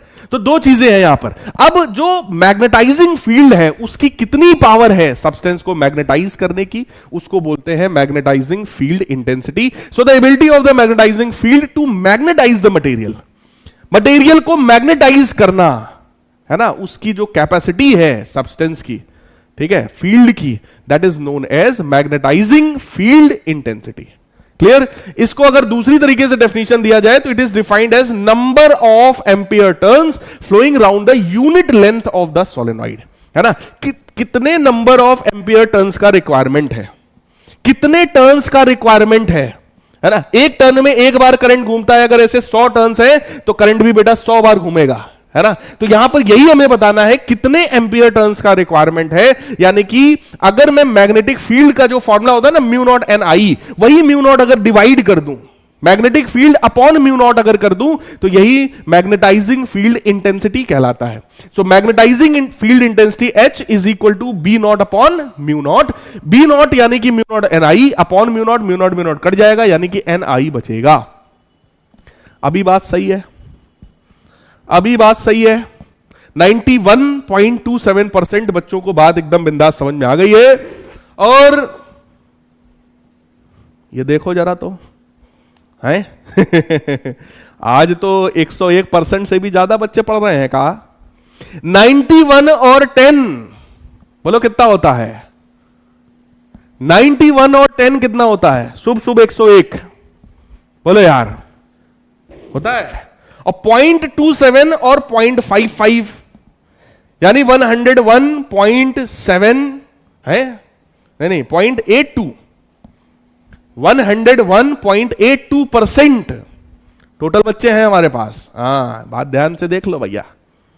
हाँ, सो एम्पियर पर मीटर जो होता है मेरे प्यारे बच्चों, एम्पियर पर मीटर जो होता है वो इसका यूनिट है। डायमेंशनल फॉर्मूला है बेटा L-1A। राइट है क्या? राइट है क्या? Yes sir. चलिए अगला बेटा intensity of magnetization. Intensity of magnetization मतलब समझो जरा, when a magnetic material is placed in magnetizing field it gets magnetize. बोलो सबको पता है मैग्नेटिक मटेरियल को मैग्नेटाइजिंग फील्ड में रखेंगे, बोलो मैग्नेटाइज हो जाएगा, बोलो मैग्नेटाइज हो जाएगा, right. The magnetic movement developed per unit volume of the material. देखो अगर कोई भी सब्सटेंस मैग्नेटाइज हुआ है तो उसके अंदर मैग्नेटिक मूवमेंट डेवलप होगा, बोलो उसके अंदर मैग्नेटिक मूवमेंट डेवलप होगा। मेरे प्यारे बच्चों, magnetic movement developed per unit volume of the material when placed in magnetizing field is called intensity of magnetization. Intensity of magnetization, तो इंटेंसिटी ऑफ मैग्नेटाइजेशन को एम वेक्टर से डिनोट करते हैं, that is equal to magnetic movement developed per unit volume. Magnetic movement developed per unit volume, clear है। देखो भाई, मैंने अभी तक आपको 4 डेफिनेशंस बता दी, 4 डेफिनेशंस मैंने बता दी। सबसे पहली डेफिनेशन मैंने तुम्हें क्या बताया था? 4 डेफिनेशंस मैंने आपको बता दी। सबसे पहली डेफिनेशन मैंने आपको बताया था मैग्नेटाइजिंग फील्ड इंटेंसिटी, सॉरी सबसे पहला मैंने आपको बताया था मैग्नेटाइजिंग फील्ड, यानी कि जो एक्सटर्नल फील्ड सब्सटेंस को मैग्नेटाइज करने की कोशिश करती है उसको मैग्नेटाइजिंग फील्ड बोलते हैं। दूसरी डेफिनेशन मैंने आपको बताया मैग्नेटिक इंडक्शन, दूसरी डेफिनेशन मैंने आपको बताया मैग्नेटिक इंडक्शन। मैग्नेटिक इंडक्शन का मतलब है external magnetising field plus internal induced field, that is known as magnetic induction. Magnetic induction को बी से डिनोट करते हैं, मैग्नेटाइजिंग फील्ड को बी नॉट से करते हैं, और इंड्यूस्ड मैग्नेटिक फील्ड को बी एम से डिनोट किया जाता है। तीसरा मैंने आपको बताया magnetizing field intensity, magnetising field intensity. Magnetising field intensity को H से डिनोट किया जाता है, that is equal to B not upon mu not, that is equal to N I, number of ampere turns required per unit length of the solenoid. Clear है क्या? Clear है क्या मेरे प्यारे लाल बाल गोपाल? मैग्नेटाइजिंग फील्ड इंटेंसिटी, यानी कि ये जो मैग्नेटाइजिंग फील्ड है इसकी कितनी इंटेंसिटी है, इसकी कितनी कैपेसिटी है सब्सटेंस को मैग्नेटाइज करने की, right, that is denoted by magnetizing field intensity. चौथा है इंटेंसिटी ऑफ मैग्नेटाइजेशन। बोलो यार, intensity of magnetization, intensity of magnetization को m से डिनोट किया जाता है, that is equal to magnetic movement developed per unit volume. Magnetic movement developed per unit volume. जब सब्सटेंस मैग्नेटाइज हो जाता है तो बोलो उसके अंदर मैग्नेटिक मूवमेंट डेवलप हो जाता है। Magnetic movement per unit volume is known as intensity of magnetization. क्या यह बात सही है? दिया दिल दिल दिया, क्या किया हो क्या किया, दर्द मैंने कैसा ले लिया, हाय। क्यों भाई, बड़ा दर्द है जीवन में। सर कितनी सारी डेफिनेशंस है भाई, क्या करें, है तो है सिलेबस में, है तो है, क्या करें, है ना, सिलेबस में है तो है। Magnetising field, magnetic induction, magnetizing field intensity और इंटेंसिटी ऑफ मैग्नेटाइजेशन। कंफ्यूज मत होना, है ना, कंफ्यूज हुए तो खेल खत्म है। सो कंफ्यूजन मत पालिएगा, है ना भाई साहब? हाँ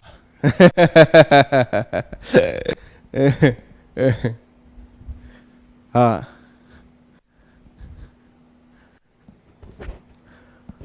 सो नेक्स्ट बेटा देखो क्या है, मैंने अभी आप लोग को बताया भी था कि मैग्नेटिक इंडक्शन जो होता है बोलो B nought plus B M के बराबर होता है ना, B nought plus B M के बराबर होता है। बी नॉट मेरे प्यारे बच्चों, एच जो है that is B not upon mu nought. तो क्या यहां से बी नॉट को म्यू नॉट एच लिखा जा सकता है? बी नॉट को म्यू नॉट एच लिखा जा सकता है। बिल्कुल इसी तरीके से जो बीएम है यानी कि जो इंड्यूस्ड मैग्नेटिक फील्ड है, क्या उसको हम लोग म्यू नॉट एम लिख सकते हैं? म्यू नॉट एम लिख सकते हैं। बी एम जो होता है that is magnetic field due to induction of the material. Due to induction of the material, उस मटेरियल में जो इंडक्शन हो जाता है उसकी वजह से जो मैग्नेटिक फील्ड आती है दैट इज बीएम। क्लियर है? अरे एक लोग कह रहे हैं सर आप क्यों हंसे? क्या भाई हंसने में भी आपको बड़ा दिक्कत है क्या है? एक लोग कह रहे हैं सर आप क्यों हंसे? सर इतना काहे हंस रहे हैं? मतलब हमारी हंसी से भी तुमको दिक्कत है क्या? क्यों भाई, ऐसा है क्या? मतलब सर खड़ूस हो तभी अच्छा है? जैसे सर कल थे, सर कल आप बहुत खूबसूरत लग रहे थे, ऐसा है क्या? है? सो भाई साहब, इस बी नॉट की जगह बेटा म्यू नॉट एच लिख सकते हैं, बीएम की जगह म्यू नॉट एम लिख सकते हैं। म्यू नॉट को कर लो कॉमन, एच प्लस एम, है ना? तो B is equal to mu nought H plus M. बोलो यार, क्या ये बात सही है? क्या ये बात सही है? क्या ये बात सही है मेरे प्यारे बच्चों? Magnetic induction is the sum of external magnetising field and internal induced field on the substance. B nought plus PM। हाँ भाई,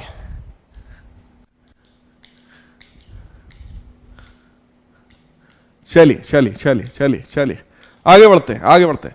H और M दोनों का ही यूनिट जो है मेरे प्यारे बच्चों that is ampere per metre.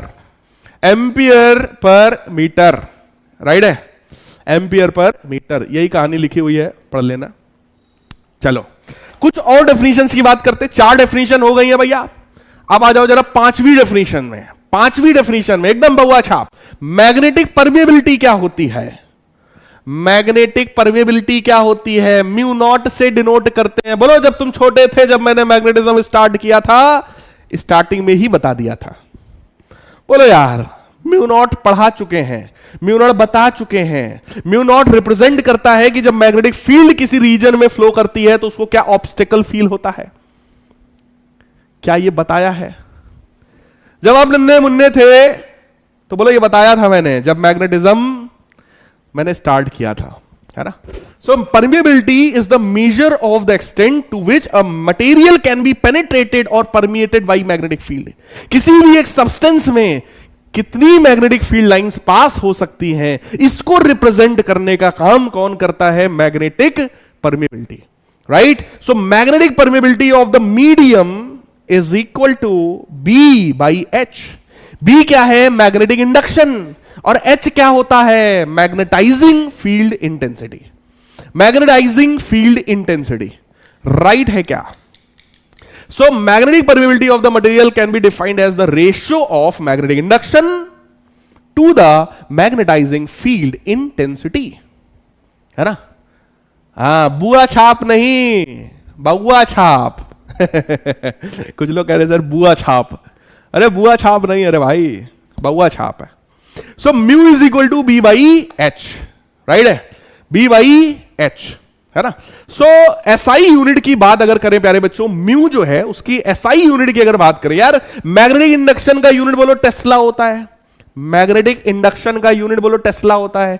H क्या है? मैग्नेटाइजिंग फील्ड इंटेंसिटी, उसका यूनिट बोलो एम्पियर पर मीटर होता है। मीटर जाएगा ऊपर, सो टेस्ला मीटर पर एम्पियर। टेस्ला मीटर पर एम्पियर, धड़ाधड़ नोट कर सकते हैं आप सभी लोग, है ना? हाँ बिल्कुल बिल्कुल बिल्कुल। रिलेटिव परमिएबिलिटी, एक बच्चा कह रहा है कछुआ छाप। अरे ना ना ना ना, बउआ छाप। रिलेटिव परमिएबिलिटी की अगर मैं बात करूं मेरे प्यारे बच्चों, तो यार देखो, म्यू का मतलब क्या होता है? म्यू का मतलब है परमिएबिलिटी, परमिएबिलिटी ऑफ मीडियम,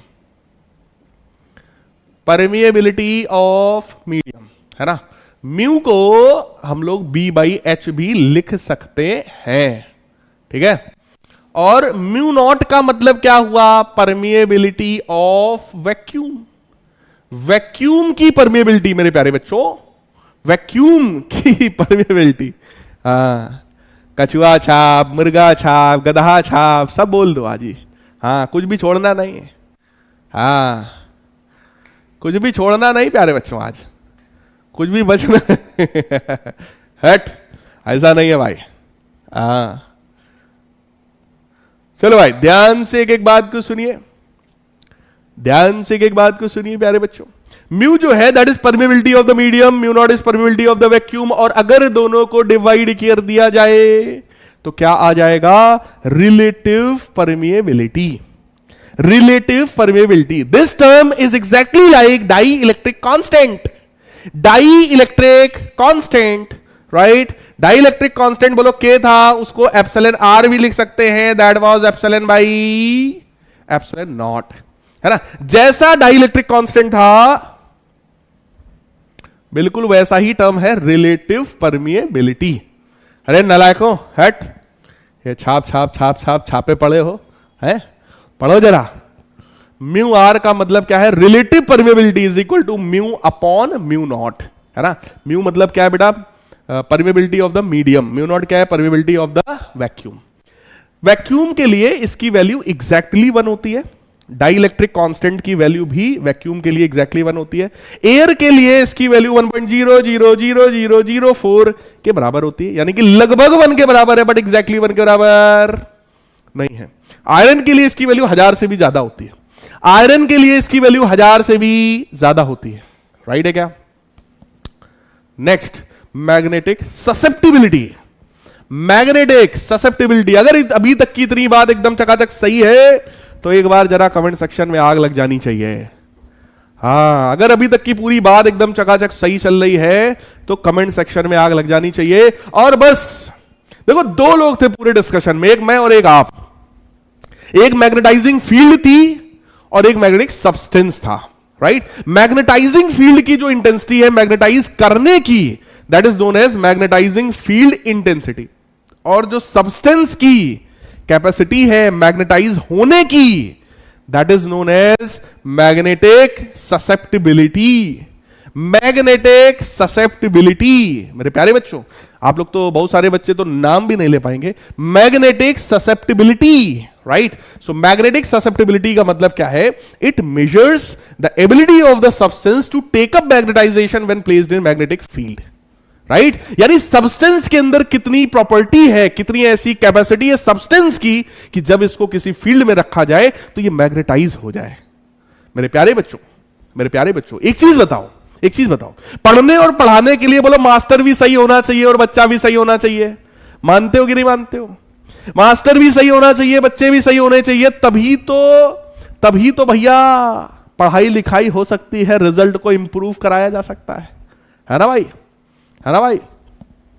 तभी तो रिजल्ट इंप्रूव कराया जा सकता है। बिल्कुल उसी तरीके से जो मैग्नेटाइजिंग फील्ड है और जो सब्सटेंस है, राइट, ये दोनों ही अगर सही होंगे, दोनों ही एक दूसरे का सपोर्ट कर रहे होंगे, तभी वहां पर सब्सटेंस को मैग्नेटाइज किया जा सकता है, राइट? तो एक मैग्नेटाइजिंग फील्ड की इंटेंसिटी थी और एक सब्सटेंस की अपनी प्रॉपर्टी है कि सब्सटेंस कितना मैग्नेटाइज हो सकता है, राइट?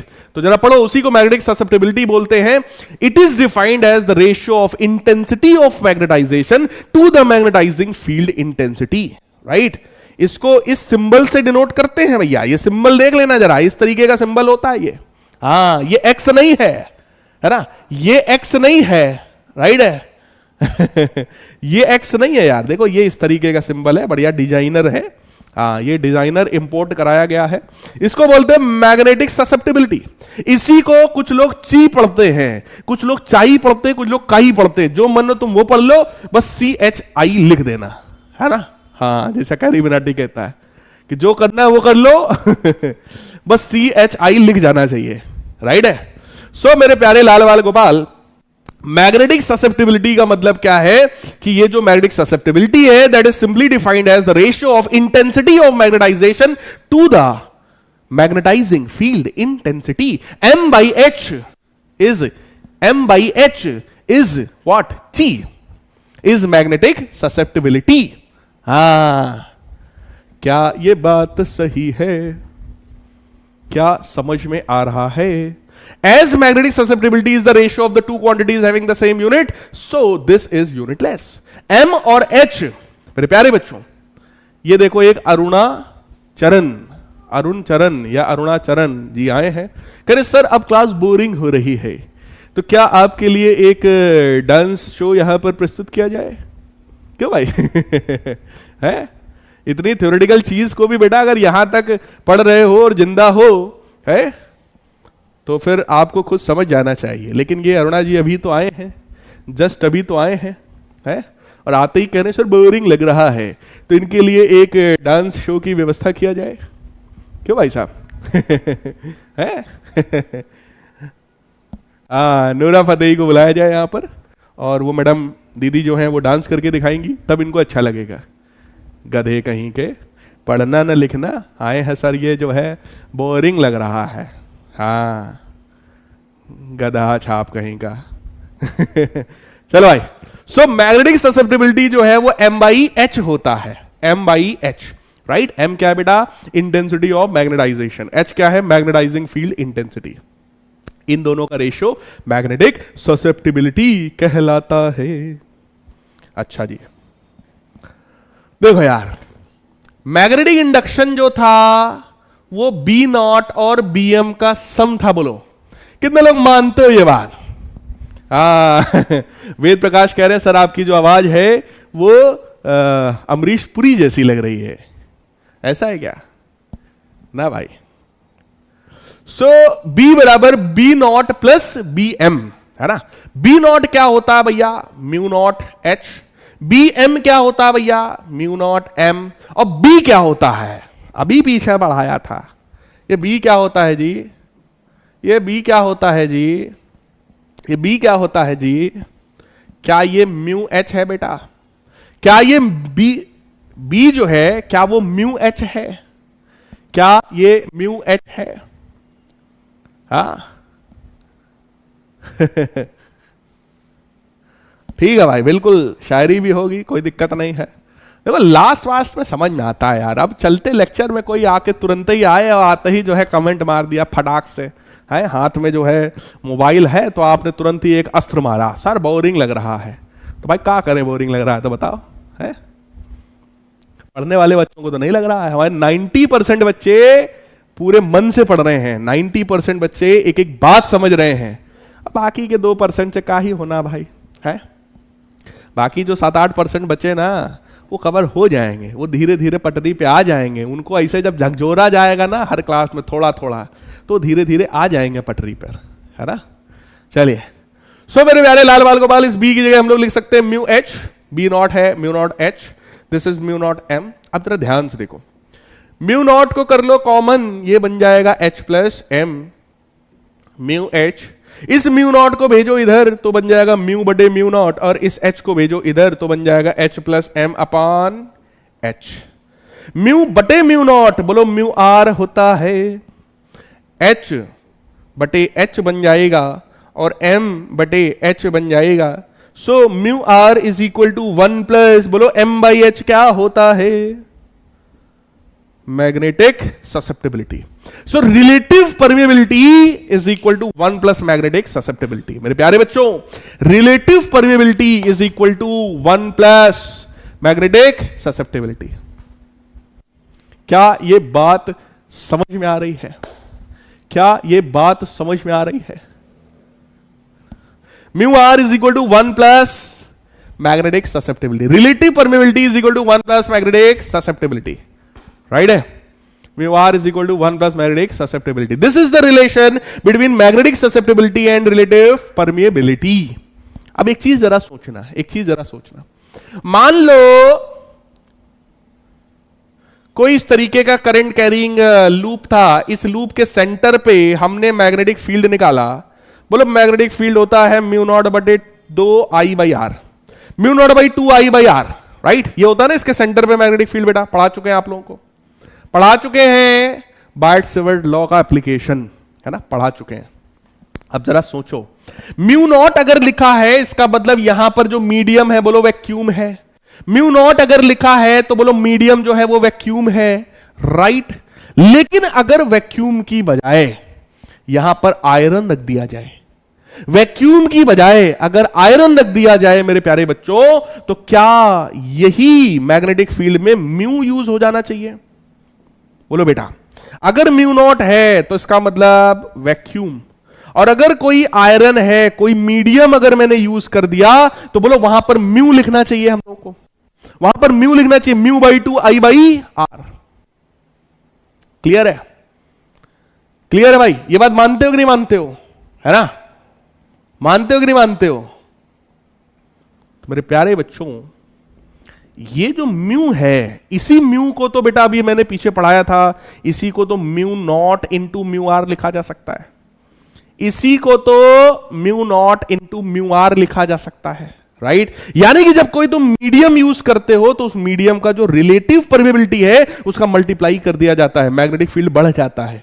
आयरन को यूज करोगे, बोलो magnetic field will be increased by mu R times, mu R times magnetic field बढ़ जाएगा। और इसी रिलेटिव परमेबिलिटी को मेरे प्यारे बच्चों हम लोग क्या लिख सकते हैं?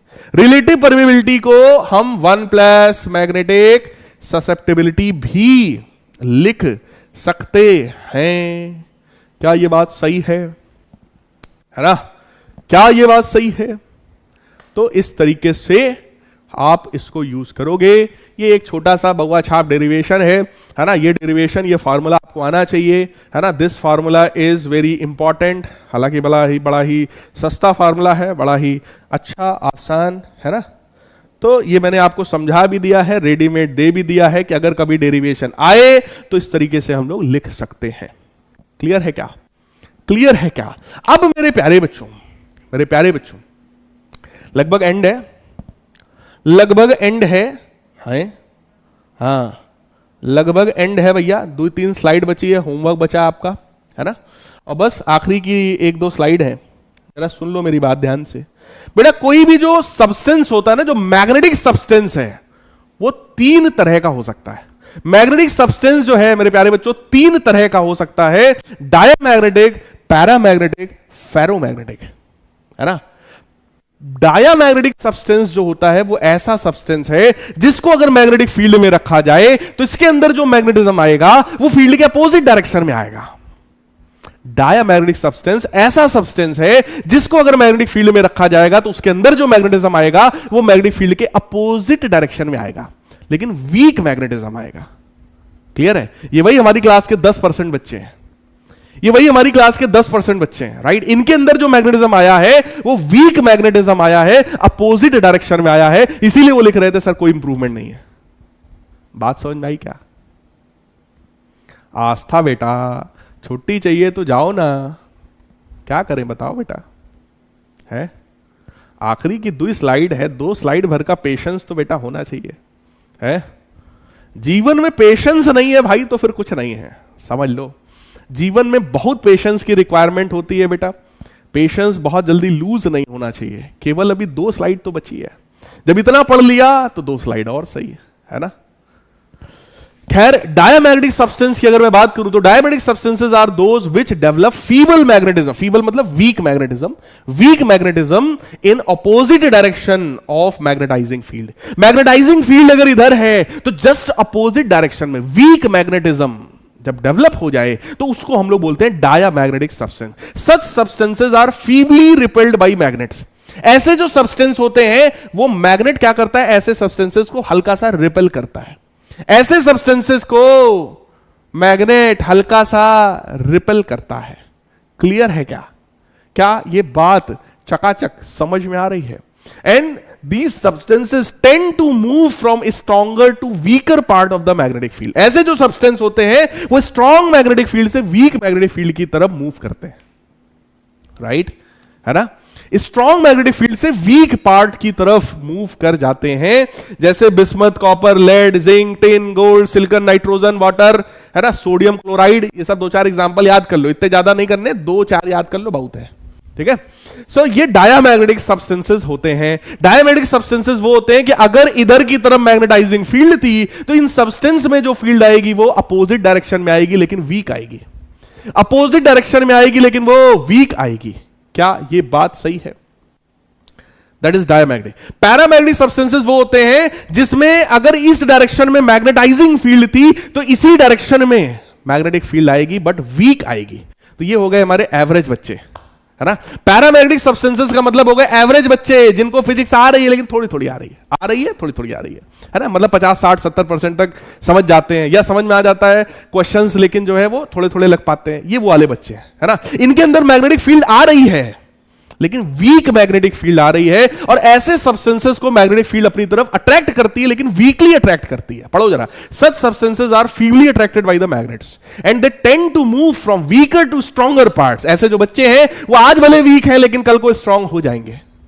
जो एवरेज बच्चे हैं जिनको आज उतना ज्यादा नहीं परफेक्शन आ रहा है लेकिन वो धीरे धीरे वीकर पार्ट से स्ट्रॉन्गर पार्ट की तरफ बढ़ जाएंगे, वो स्ट्रांग हो जाएंगे समय के साथ, है ना। बिल्कुल ऐसे ही मटेरियल के साथ भी होता है। जैसे manganese, aluminium, chromium, platinum, sodium, copper chloride या ऑक्सीजन, ये सब जो होते हैं they are paramagnetic substances. Paramagnetic substances वो हुए जिनको अगर मैग्नेटाइजिंग फील्ड में रखोगे इनके अंदर मैग्नेटिक इंडक्शन आएगा बट फील्ड की डायरेक्शन में ही आएगा, बट वीक आएगा। क्या ये बात सही है?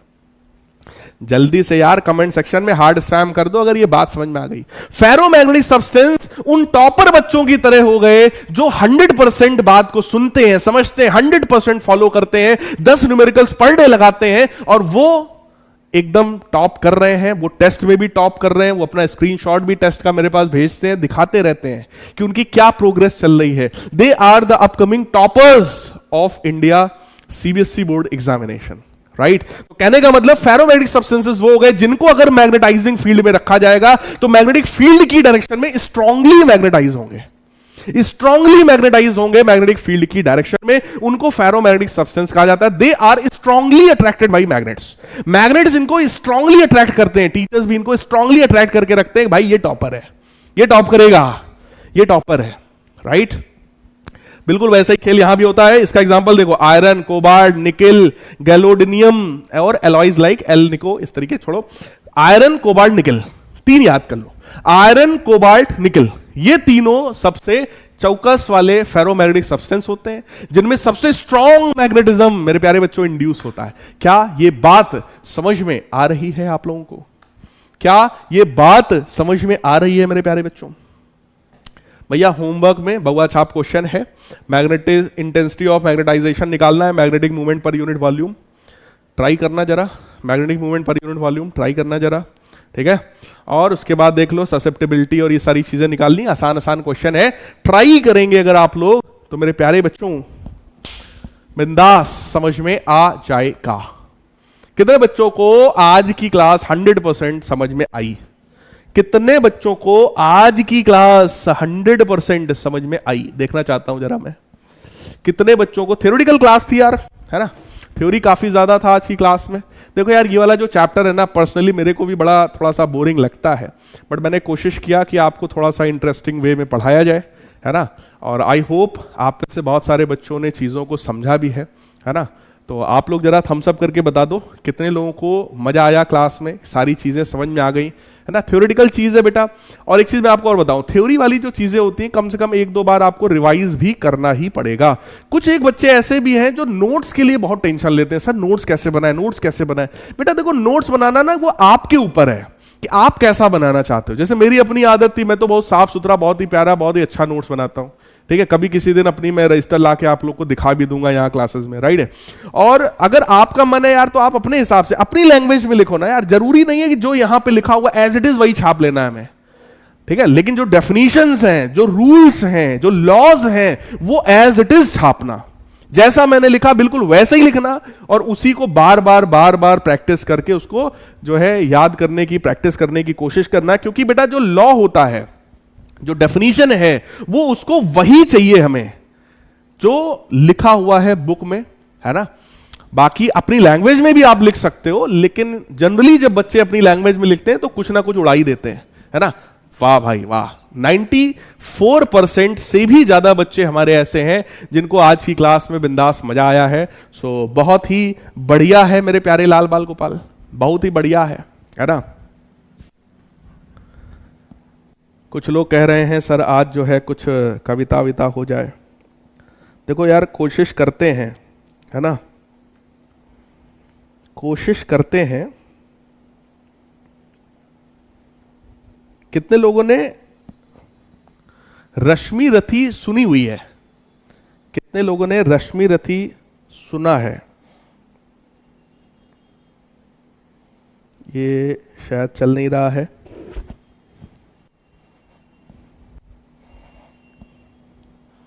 चलो कोई बात नहीं, इसको जो है किसी और दिन मैं आप लोग को सुनाऊंगा, है ना, किसी और दिन मैं आप लोगों को सुनाऊंगा। फिलहाल आज की क्लास में वीडियो कॉल यार हो नहीं पाता है, इसलिए वीडियो कॉल नहीं करते, है ना। हाँ हाँ, चलिए कोई नहीं, किसी और क्लास में हम लोग जो है उसको सुनेंगे, ठीक है। बहुत ही अच्छी लगती है मुझे तो, पर्सनली बड़ी अच्छी लगती है ना कविता। देखा जाएगा यार, है ना। सो नेक्स्ट क्लास में हम लोग मिलते हैं प्यारे बच्चों, तब तक के लिए गुड बाय, टेक केयर। सब लोग जी तोड़ मेहनत करिए। नेक्स्ट क्लास यानी कि जो कल वाली क्लास है बेटा, वो इस चैप्टर की लास्ट क्लास होगी। कल वाली क्लास में हम लोग इस चैप्टर के जो बचे हुए कॉन्सेप्ट्स हैं उन कॉन्सेप्ट्स को रिवाइज करेंगे। इस चैप्टर में मैं कोई भी वन शॉट रिवीजन टाइप का नहीं रखूंगा, क्योंकि बहुत ही छोटा चैप्टर है, बहुत ही थ्योरेटिकल चैप्टर है। सिर्फ 3-4 क्लासेस में हम लोगों ने चैप्टर को खत्म कर लिया है। वैसे आज ही की क्लास में चैप्टर खत्म हो गया है, जितने में अपना काम चल जाएगा, है ना। जितना बोर्ड एग्जामिनेशन में आने वाला है उतना आज ही की क्लास में हम लोगों ने इस चैप्टर में कंप्लीट कर लिया है। इससे बहुत ज्यादा अब हमें चाहिए नहीं, लेकिन कल की एक क्लास हम लोग इस चैप्टर के लिए और लेंगे, और जो थोड़ा सा डेप्थ में जहां जा सकते हैं, कुछ छोटे मोटे कॉन्सेप्ट्स जो और बचे हुए हैं उनकी भी बात हम लोग कल वाली क्लास में कर लेंगे। And then we will move on to, मतलब नेक्स्ट वीक से हम लोग बहुत ही प्यारे से टॉपिक पे चलेंगे, दैट इज इलेक्ट्रोमैग्नेटिक इंडक्शन। बहुत ही प्यारा चैप्टर है, मजा आएगा आप लोग को पढ़ने में, है ना। सो भैया मिलते हैं नेक्स्ट क्लास में, तब तक के लिए गुड बाय, टेक केयर।